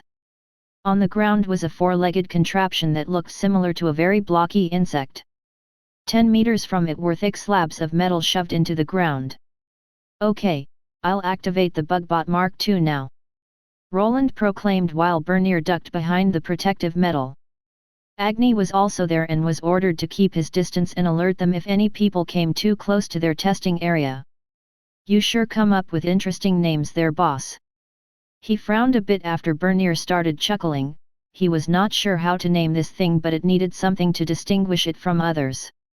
Everything that he learned from making it would be written down later into his notebook so that he would have a point of reference. The prototype looked like a big metallic bug, so it was named like one. It seemed just natural to him. After placing the wand that he used to close the golem's fuel tank, he was ready to activate it. Previously he used something that should have been powering a heavy-duty golem or a train. He truly made a blunder due to being actually excited to see if he would be able to produce a real magical robot. Click. This time around a remote was used to turn the creation on. Then Roland quickly ducked behind the other slab of metal to cover up. Even though he survived the previous explosion with some minor injuries, it didn't mean that he enjoyed it. The small insect-like golem activated and rose up. Roland started giving it a few voiced commands to move back and forth. This time it didn't look like it would be exploding. Previously the compartment that stored the mana fluid had gotten orange from overheating. This time around it looked fine. By Solaria's tits, you've done it, boss, you've made a golem. Bernier peeked out from behind the cover as he saw the small metallic contraption shuffling its legs around. It followed Roland's instructions and didn't seem to be falling apart either. It seems to be working, but I couldn't have done it without your help. Ha, don't sell yourself short, boss. Any craftsman could make those parts, but almost none could actually bring life to them. Bernier had a certain strange look to him. His eyes were glued to the golem and they were sparkling. While this was a large achievement to Roland, it was even a bigger deal to Bernier. Dwarves were born craftsmen. They strived to further their craft, and golems were right on top of that totem pole. While there weren't that many runesmiths that could actually put runes to metal, it was enough for these dwarves to just be part of the creation process. I don't think those old scruffy bearded bastards would actually believe that I helped a runesmith create a golem. While Bernier was in his own little world, Roland approached the small runic robot that he made. It didn't seem that it would be exploding, so he started to inspect the joints and the power source. It looks to be holding. I guess we can move on to phase 2 now. Phase 2. Yes, we need to stress test it. If you notice something, be sure to tell me during the test. Just like with any other prototypes, they weren't the finished product. While this small golem was now working, he needed to try to destroy it. It needed to push it as hard as he could. Thanks to this, he would figure out the limits of his new creation. Thus the testing continued. First, the little golem needed to run as fast as it could. It shuffled its legs back and forth. The first problem was spotted, as after a certain threshold the magic robot started fumbling over its own legs. It also had a problem in keeping itself steady on uneven ground. The generic program that it had did a bad job at letting it detect smaller obstacles like rocks. Sometimes it would trip over them or fall into smaller holes. Going over softer ground also posed a problem, as it got stuck and couldn't get itself out. Only when following some specific voice commands was it able to dig itself out. Throwing rocks at it also proved unsatisfactory, as the golem was not able to react to anything in time. It was clear that even a weak adventurer could easily dance around this contraption that he made. Next came the strength test. They started putting large rocks and then boulders onto the golem to see if it could move the same with added weight. It was actually surprisingly sturdy, but the slowdown was quite noticeable after a certain threshold was reached. Next was an easy pull test, where the golem had to try pulling a large rock behind it, which was quite surprising as it did have some pulling power. This was then followed by a flipping test. This was one of the tests that it outright failed. It remained on its back like a turtle with its legs flailing around. It was clear that if he wanted it to be able to function after getting flipped, he would need to add some changes. One such change could be to add a wider range of motion to the legs. The joints could become looser if that was attempted, so he could also add something to the golem's back that would flip it over instead. Are you sure about this, boss? Yeah, go ahead. Bernier gave out a sigh while hefting a sledgehammer over his shoulder. Soon he swung it down on the golem that he helped make. The hit forced the metallic construction to buckle under pressure, and Roland was quick to note everything down. Put some strength into it. This would be the last test of the day, and Bernier clearly was saddened by the fact that he needed to destroy the Bugbot Mark II. Following the instructions, he delivered a hard blow to the body, which now left a clear mark. The golem's legs gave out and one of the joints came loose. Roland kept looking, as after the damage was done the golem started acting strangely. It was all over the place, it couldn't keep its balance, and the 3 working legs were spasming out. Interesting, even though it should be able to keep itself upright with only 3 legs, it can't. It was clear that the runic program that was responsible for this golem's functions was not designed to take losing even 1 leg into account. If it shifted its weight and let the other 3 legs take some load off, it should be able to still function. Try hitting the other side now, but don't damage the golem core. While it was fine to destroy the golem's body, it would be a big loss if the golem core was damaged.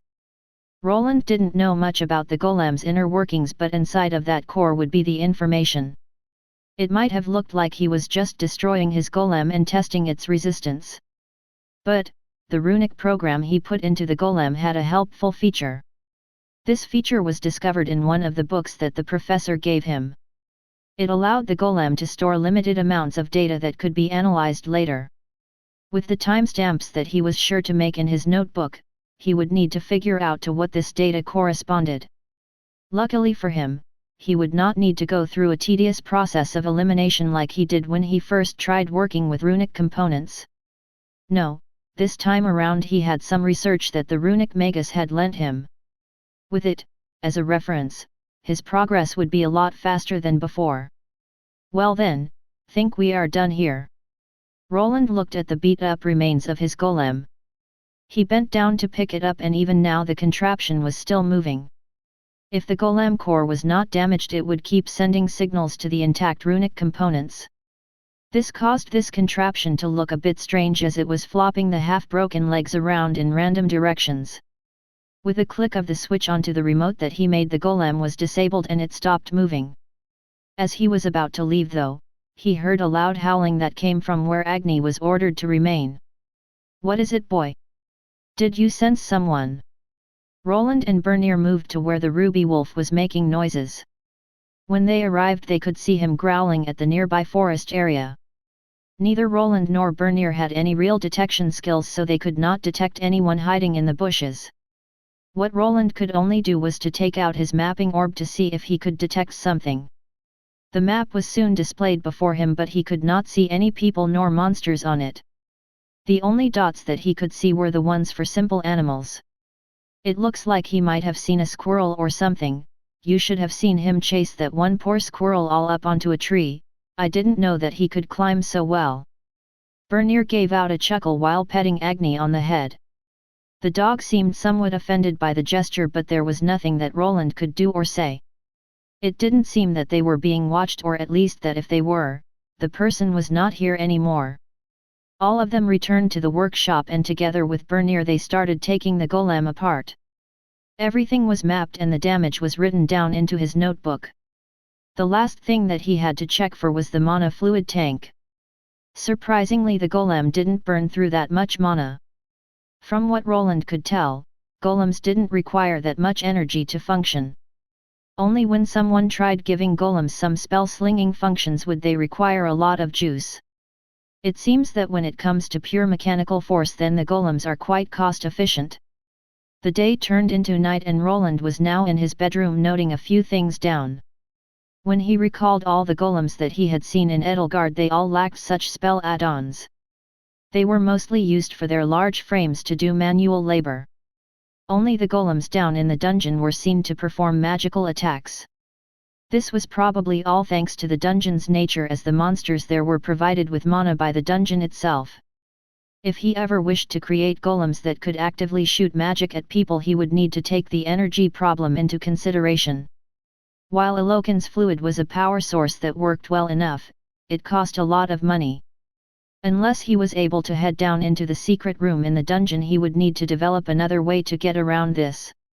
Should I bring it up with the cat? Roland had the option of asking the strange magical cat for help. He could very well know a better way to power the golems. If it's a stationary model, then I think I could make it work with my current generator. There was a certain version of the golem that he was thinking about. This one would not be able to move, but it would be able to detect and eliminate intruders. With the wind turbines working quite fine and already powering his whole workshop, there was space for innovation. While he could not create a fully functional humanoid defensive golem, he could do something else, a defensive turret of sorts. To some craftsmen, it would probably not really be a golem, more of a trap. It wouldn't really need many moving parts, just the ability to turn its cannons around to face the intruders. This was something that he needed, as the mining field was already giving him a headache. Even these golem tests that they were performing today. Normally he would like to do it behind his walls, but with all the mines there it would pose a problem if the golem went berserk and ran into them. Then there was the way that Agni acted. He was not sure, but whenever he went outside to test his wares he felt like they were being watched. Even after all of these years, the bad experiences from the past kept coming back. The run-in with Robert only made him more paranoid, as it was clear to him that people from his family could just pop out at any moment. Even worse than them would be the members from the cult that had no idea what we're doing. Before and after coming here he did some research, and this island was supposed to be free of cult influence. Luckily for him, in the underground, there were more powers fighting among each other. The area he was occupying was said to belong to a different faction, which should increase his safety. Roland shook away the bad thoughts and returned to the more important issue, his store. While Elydia didn't give him a reply just yet, this didn't mean that he would not be moving ahead with his plan. He was already affiliated with the Adventurers Guild, so his shop could strike a deal with them as well. They could help him by selling him crafting materials that he could not otherwise get. The Dwarven Union was still denying him access to any of their wares. Even Bernier was blacklisted from their shops and was finding it hard to buy anything out in the markets. They were really set on denying him, but not like he cared that much, as the guild prices weren't that much off. They had enough affiliated merchants from the outside to keep him stocked with the required goods. While he was prioritized for being a runesmith, this couldn't be said for some of the other shop owners. There was only so much that could be spared, and the union was really making it hard for the others to earn money. One of the ways that the guild was trying to save their stores was with the help of the dungeon. There were some large mineral deposits there that were uncovered that could be mined. Even now some adventurer parties would be tasked to go down to get some of the dungeon-specific ores. Roland crossed his arms and looked up at the ceiling. After the golem had borne fruit, he had all sorts of ideas, but he also felt like he didn't have enough time for most of them. He was only one man. Going through all of the materials and books already took up a lot of his time. He quickly grabbed his notebook and started going through it. Next to it, he had the book manual with the golem's runic program that was somewhat unclear about a couple of things. He started looking through the code that now, thanks to his new title, was more understandable. An hour passed, then another, and soon it was already 1 in the morning. Even when it was this late, his eyes didn't feel tired. Ever since his stats had increased, he did not sleep more than 5 hours a day, and when he was awake he either looked at his research material or was contemplating runic code. If I was this hard-working in my old world, I would have probably been a lot more successful. With no skills to guide his progress, Roland did stagnate. In this world where work was displayed on a spreadsheet on a system screen, it was easy to have something to work for. Even now, when he was ready to close his notebook, a certain nudge would be given to him by this friendly world system. Unlocked Determined Scholar. You gain the parallel thinking trait. What? Chapter 149, Think Fast. Determined Scholar. Title. A title given to scholars that in the wake of their studies have pushed through their physical limits to attain enlightenment in their academic field. Parallel thinking. Trait. Grants the ability to think about multiple things and notions at the same time. Speed and amount is determined by the intelligence stat. Just as he was about to go to sleep, he was rewarded by a new title and even a trait. The title was obviously given to him because of his unhealthy sleeping schedule. With the help of his sleeping resistance that then has evolved into an immunity, he was able to maintain himself with only short naps. While the skill had the immunity world to it, it didn't allow him to quite resist the temptations of sleep. It was possible for him to stay up for about 3 days with no serious strain to his mind or body, but after that, he would feel quite drowsy. This skill was only at level 2 for now. Thus Roland wondered that maybe if he maxed it out he could actually attain true sleep immunity. While the title was a nice bonus, what he really was interested in was the second thing he received, mainly the parallel thinking trait. After reading through the explanation he got the general gist of it, but he was unsure of how it was supposed to work. Is this trait supposed to help me be better at multitasking? Roland was not sure how to activate this trait, but while going through the explanation he tried testing it out.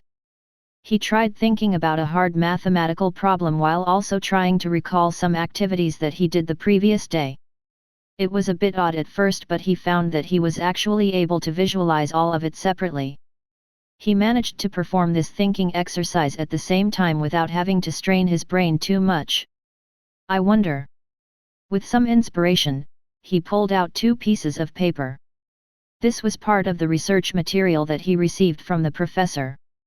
One had research concerning golems while the other went into more detail about the runic programming. His test started as he attempted to read both of these pages at once. It was difficult at first as he found it hard to spread out his gaze between the 2 papers.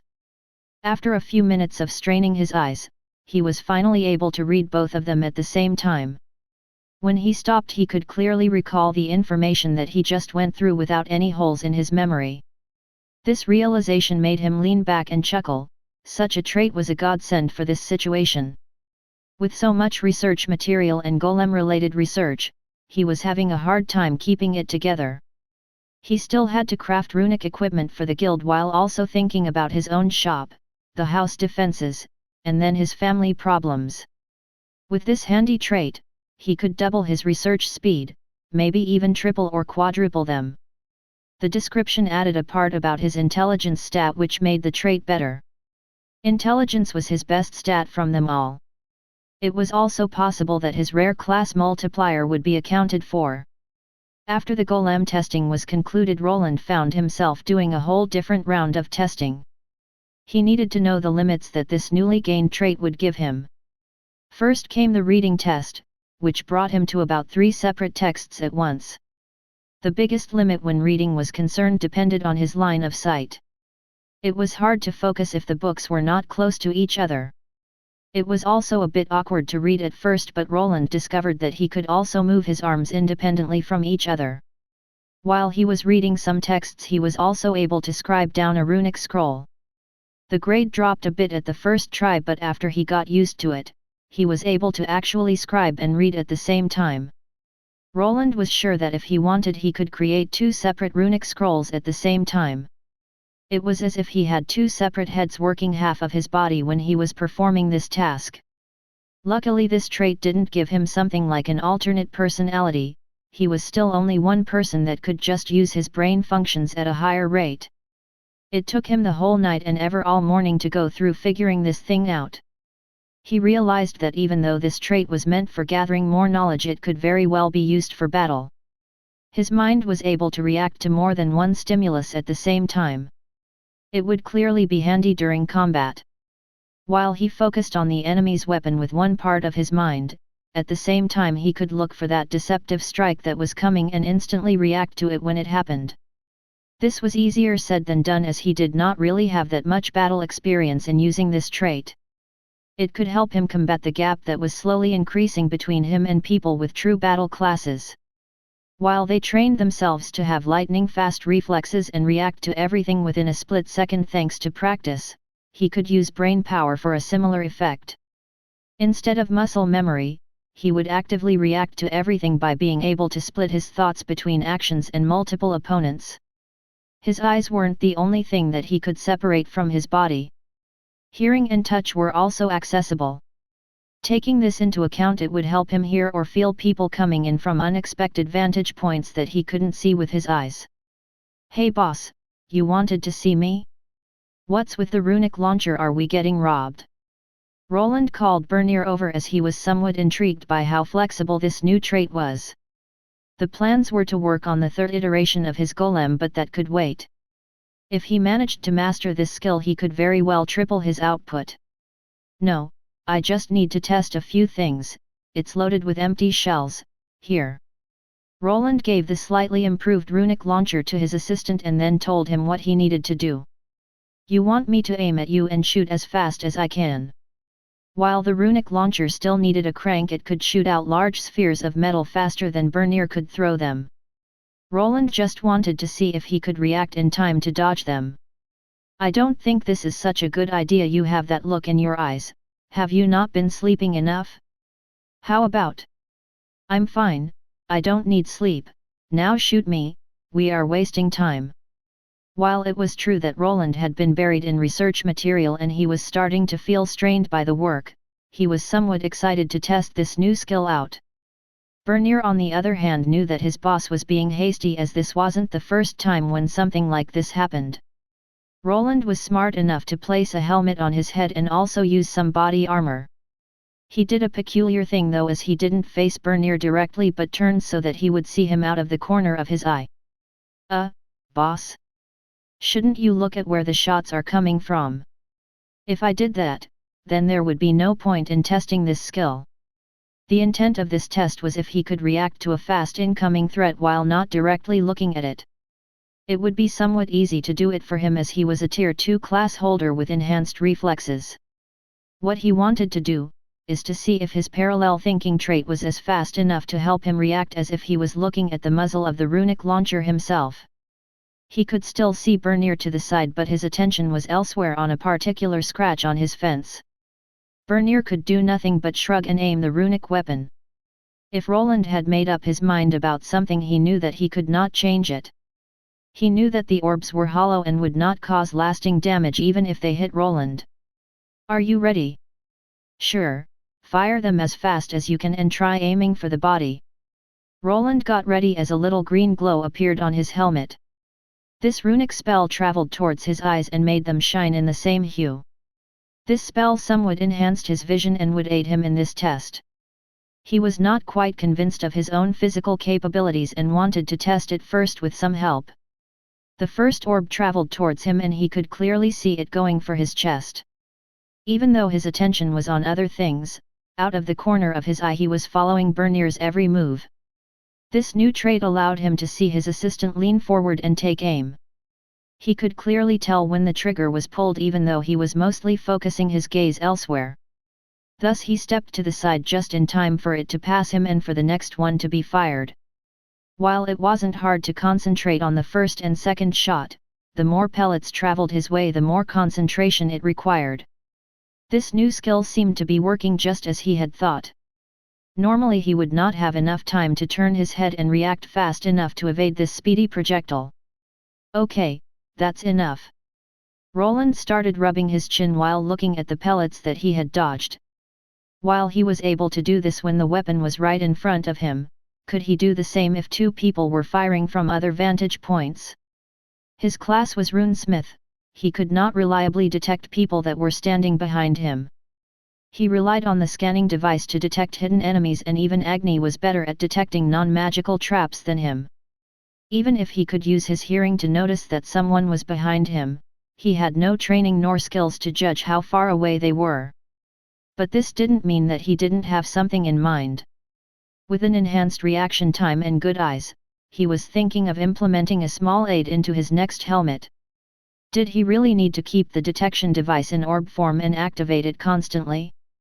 What if he placed it in his helmet and had it show him what was happening behind him in real time? It would be nothing more than an active radar that would show him if something was at his blind spots. Then it could be improved to a sort of camera that would actually show him what was happening there. With his parallel thinking trait, he could still keep his eyes on it while dealing with whatever was in front of him.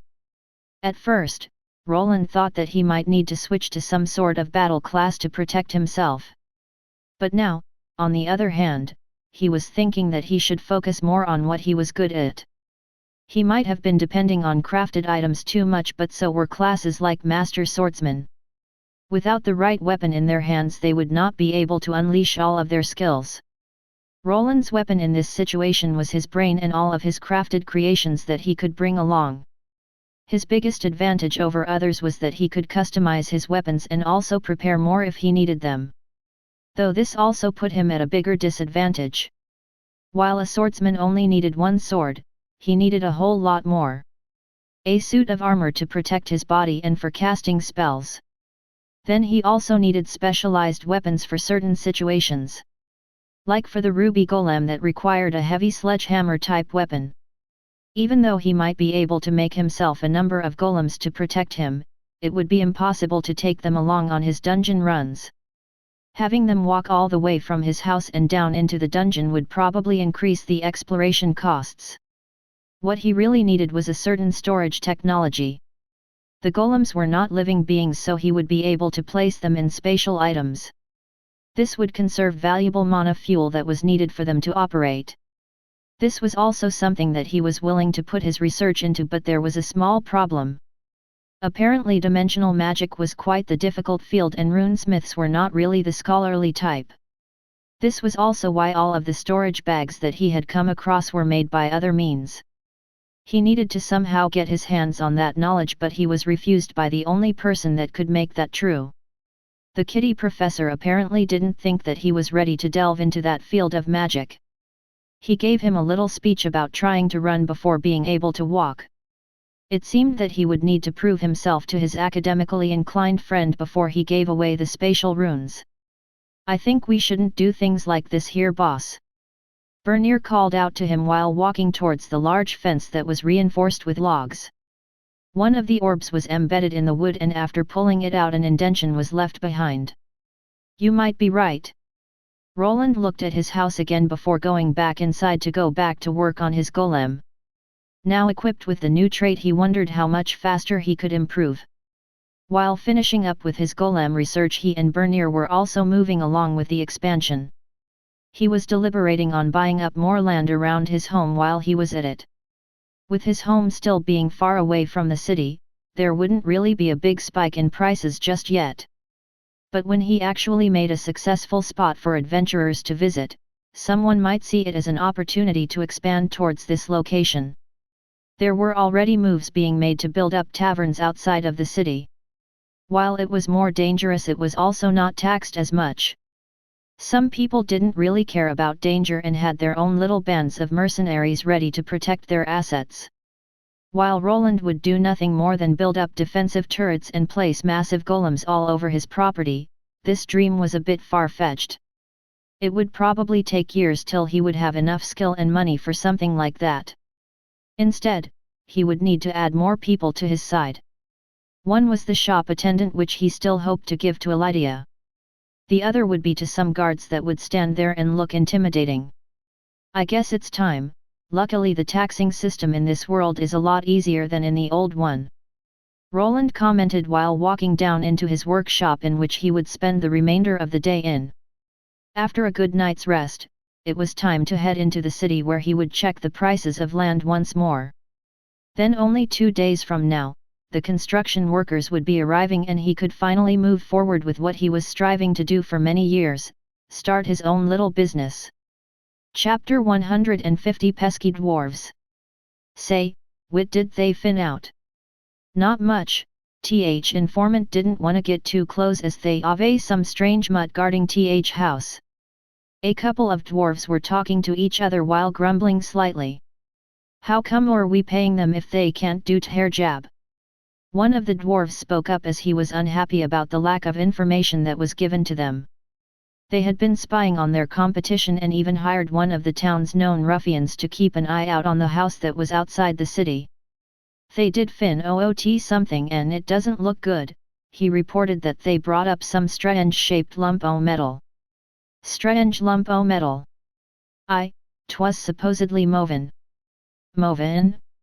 Is Bastard already making golems? While the information was vague from what their informant described, they came to a conclusion that it could have been a basic type of golem. This information was not taken well, as they all finally recognized that they weren't dealing with a simple runesmith.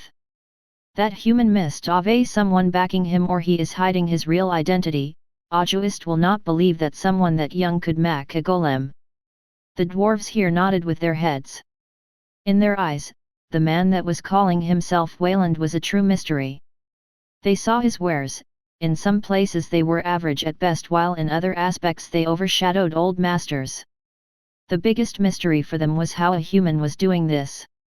Without the proper guidance and knowledge, it was extremely hard to produce a working rune, even less something complex as a golem. They could only conclude that he was getting some outside help, or he was some old craftsman hiding behind a young man's face. It wasn't unheard of people to use illusion spells to alter their appearance. They were up against a crafty runesmith, so it was plausible that he could do such a thing. He might be trying to make a name for himself ere. The dwarves came to the conclusion that the man named Wayland was probably trying to root himself in this town. He probably had some prior knowledge about runesmithing from an outside source and was trying to undermine the Dwarven Union's monopoly on rune-crafted items in a lesser-known location. So how do we go about getting rid of him? Should we try to employ him ourselves? Not sure if that he would go for that after that we had done. The dwarves from the Union that had gathered in this town were sent here on a mission. First, they needed to see if it was worthwhile to invest in the city. Albrook passed that initial test, and they sent over more people to establish their own smithies and shops meant mostly for the adventurers. Most of the Union's manpower was focused on the main city of Isgard. They were just a branch with very few blacksmithing masters that were not even Tier 3 craftsmen. The two most established were Bummer the enchantsmith and Dunan that was both an armorsmith and weaponsmith. While the two were not Tier 3 class holders, they were the closest ones to achieving them. It was a planned move to have these two achieve a breakthrough in this city and entrench the Union's grasp on it. With how it was looking now, they were faltering, as the human runesmith's runic wares were more popular than the enchanted ones. Too late for dat now. How goes the business though? What of the other artisans? Dunan asked while scoffing at one of the other dwarves that was wearing glasses and seemed a bit more refined than the other craftsmen. "'Tis proceeding as planned. we have been successfully undercutting their profits. Even th guild can't complain as we aren't doing anything illegal. While the runic weapons and trinkets were selling rather well, this wasn't for all the other wares. The dwarf-run stores could lower their prices to an extreme and just price the competition out. This was quite the basic approach which they implemented in all of the cities that they tried to get a footing in. They just lowered the prices to a point until their competition could not sustain themselves. Then they either ran them out of town or had them sign contracts with their union to profit even more. It didn't seem like this approach would work with the person called Wayland though. His wares were actually selling and they couldn't cut off his resources either, as he was getting them through the Adventurer Guild. The Union and the Adventurer Guild were somewhat in a turbulent relationship. Both of them somewhat relied on each other to make a profit while also having other avenues to earn coins from. The dwarves could also outfit armies while the guild could get some items from the dungeons and other artisans. The two behemoths walked a fine line and tried to coexist without damaging their own business model. While no one wanted to get under the skin of the current guild master, the guild stores weren't really a big part of the adventurer brand. Thus the dwarves here didn't really feel like they would be getting that much backlash if they ran them out of business. After everything settled, they were convinced that the people above them would strike a deal that benefited both sides. What they were responsible for now was how well this deal would be in their favor. If they took over most of the city's market share, the guild would be forced to do business with them as their store reputation wouldn't allow them to go forward with their business model. Good, let us wait now. If everything goes as planned, we won't need to do a thing. The dwarves nodded at each other as the decision was made. This concluded their little get-together. The meaning of the last words could soon be seen a few days later at the Adventurers Guild quarters. What is it now, Elydia? It's the shop owners, they wish to talk to you. Talk to me? Tell them to go away, I'm busy. The guild master was looking over some papers in his office while Elydia tried to inform him about an unruly mob of people. I don't think they will listen to reason this time around. The months were not good on them. Not good? Is it the blasted dwarves? Elydia nodded, but as she tried to go into some more detail, she heard a loud knock on the door. Ordhan, I know that you are in there, get your ass out here, you have a lot of explaining to do. A maddened voice of a woman was heard by both the people inside this office. It was followed up by some more voices and more banging on the door. Shit, this is more serious than I expected. Ordhan gave out a sigh but then nodded to Elydia, who then unlocked the door. The moment she did, about 10 people entered the room. It was clear that these people were craftsmen and artisans that had all signed a contract with the guild. All of them pushed themselves inside, and at the front was a peculiar beast woman with cow-like horns. There you are, explain yourself. Diana? What's gotten into you? Arjahan looked at the maddened blacksmiths. They all started shouting at the same time, so it was hard to understand at first, but he quickly figured out what was going on. Due to the Dwarven Union's stranglehold on the city, these people were being shunned. Please, everyone calm down, the guild master will hear you out. Elydia interrupted from the side and was able to somewhat calm the angry mob down, and they finally started talking. Nothing is selling, the adventurers just take one peek at the prices before leaving. Yet, how are we to contend with halved prices? I've even seen them dropping prices further than that. It was clear that these artisans were not able to make a living now. Their products weren't bad, but they just could not compete with discounted wares of the dwarves. I have a family, my children will starve if I can't bring in any coin. The only thing that the adventurers are willing to take are those blasted runic weapons, but that's not enough. Yeah, it's that rune smith, it's all his fault, everything was fine until he showed up. Now wait a moment there. The guild master tried to interrupt the conversation as it started going in a weird direction. It was clear that these people were mad and were looking for someone or something to blame. They started blaming the runesmith that was providing them with some magical items. Before they started selling those, they were doing fine, thus he was an easy target to blame because of the time frame was produced.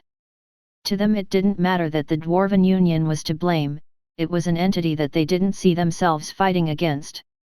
Instead of fighting, they would rather try to appease. Yeah, I bet if we kick him out, the dwarves will return the prices to normal.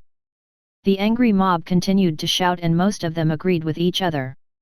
It was all the fault of the runesmith that they were losing money and their livelihood was at stake. Shut up! All of you! A loud booming sound that sounded like a bomb going off was heard by everyone. It was the guild master's giant fist that connected with his reinforced desk. Being a tier 3 class holder was enough to force people's respect. It was enough to intimidate the artisans to quiet down, with just a single one of them continuing to glare. Well, what will you do about it? If we are to continue like this, we will need a better plan. Those dwarven bastards will keep outpricing us and we all know that their coffers are deep and our pockets are almost empty. If you don't help us out, we will all go under.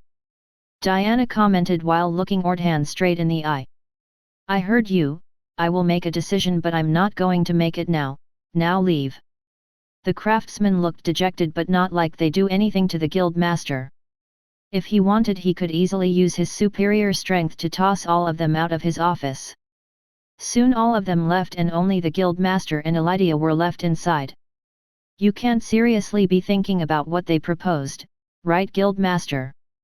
Elydia broke the silence as Ordhan started spacing out while thinking. The bald man leaned back in his chair and gave out a sigh. That could be a possibility. But guildmaster, we could do what? Pay our artisans the bottom line and continue this battle with the union. But couldn't we make a report to the higher UPS? Ordhan shook his head as if that was not an option. Those idiots would be glad to laugh in my face if they heard about this. Elydia wasn't sure what this reply was about, but she had heard that the guild master didn't get along with some of the other masters at his level. There was a rumor that he was forced to come here for one reason or another, but the information was unclear. What will you do, guild master? That's a good question. Ordhan leaned back in his chair and started to think. While the small number of craftsmen that he employed would really affect the guild's coffers in the long run, it would give the guild and him a bad name. There were only a couple of options that he could realistically go with. One of them would be to stand his ground and not let up. He would need to cover the store owner's expenses if he went with this way. The Adventurers Guild had a finite amount of resources that were given to him from outside. This little venture of his was created to increase their budget that was barely enough for the guild's expenses. Everything cost money. The bulk of what he was given went into establishing the guild building and bringing over veteran adventurers to start things off. Bribing the town officials to get the current building and then establishing relations with all the best merchants was a must.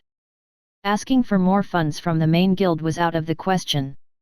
The Adventurer Guild did things slightly differently than the Dwarven Union that was more united. Unless he went bankrupt they would not act. Then if they did act he would be removed from his position due to failing at establishing a strong foothold. Ordhan clearly underestimated the lengths to which the dwarves would go. They weren't doing anything against the law, so he could not use his connections to the mayor. He could also not ban adventurers from using the dwarven wares as they would come for his head. Thus if he wanted to go with this option he would probably need to use his own savings and compete with the dwarves with lowered weapon prices. While he had some coins, this was not a big enough number to compete with a giant company like the Union. Then there was the second option, to give in to the demands of the dwarves and the shop owners. This would probably force him to cut ties with the runesmith that he had a contract with. He was the main reason that the dwarves reacted this way, and he had a suspicion as to why. They were scared of someone else gaining the top crafter spot in this city. Smithing runes was somewhat of a special profession to these bearded drunkards. It didn't seem that they even tried to strike a deal with Wayland, even though they would be in a better position to use his skills than he or the guild could. Due to their pig-headedness, they were unable to accept him as a fellow runesmith. They probably deemed him as an impostor that had gained runic knowledge through villainous means. Arjahan knew the young man long enough to know that this was untrue and that he probably stepped into his class by accident. If cutting the contract short with the young runesmith would appease the dwarves also remained to be seen. Even if he did that, it would not remove the dwarves' problem from the city but would shift their attention towards Wayland and him only. Ordhan was apprehensive about doing this as he spent a lot of work to gain the young man's trust. He also knew that if Wayland continued to improve, then he would be a better investment than all of the artisans that he was employing. I could also go with option 3. The guildmaster grinned slightly as he came to a conclusion.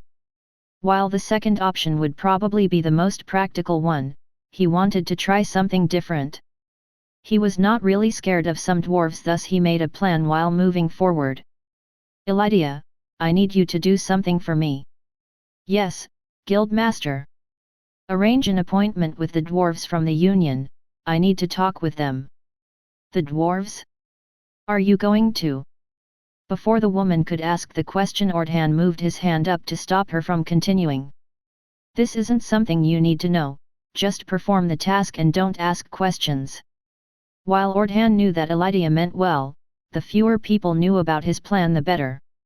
She didn't need to involve herself in his schemes and just needed to do her job as told. I apologize, Guildmaster, I will contact the Dwarven Union.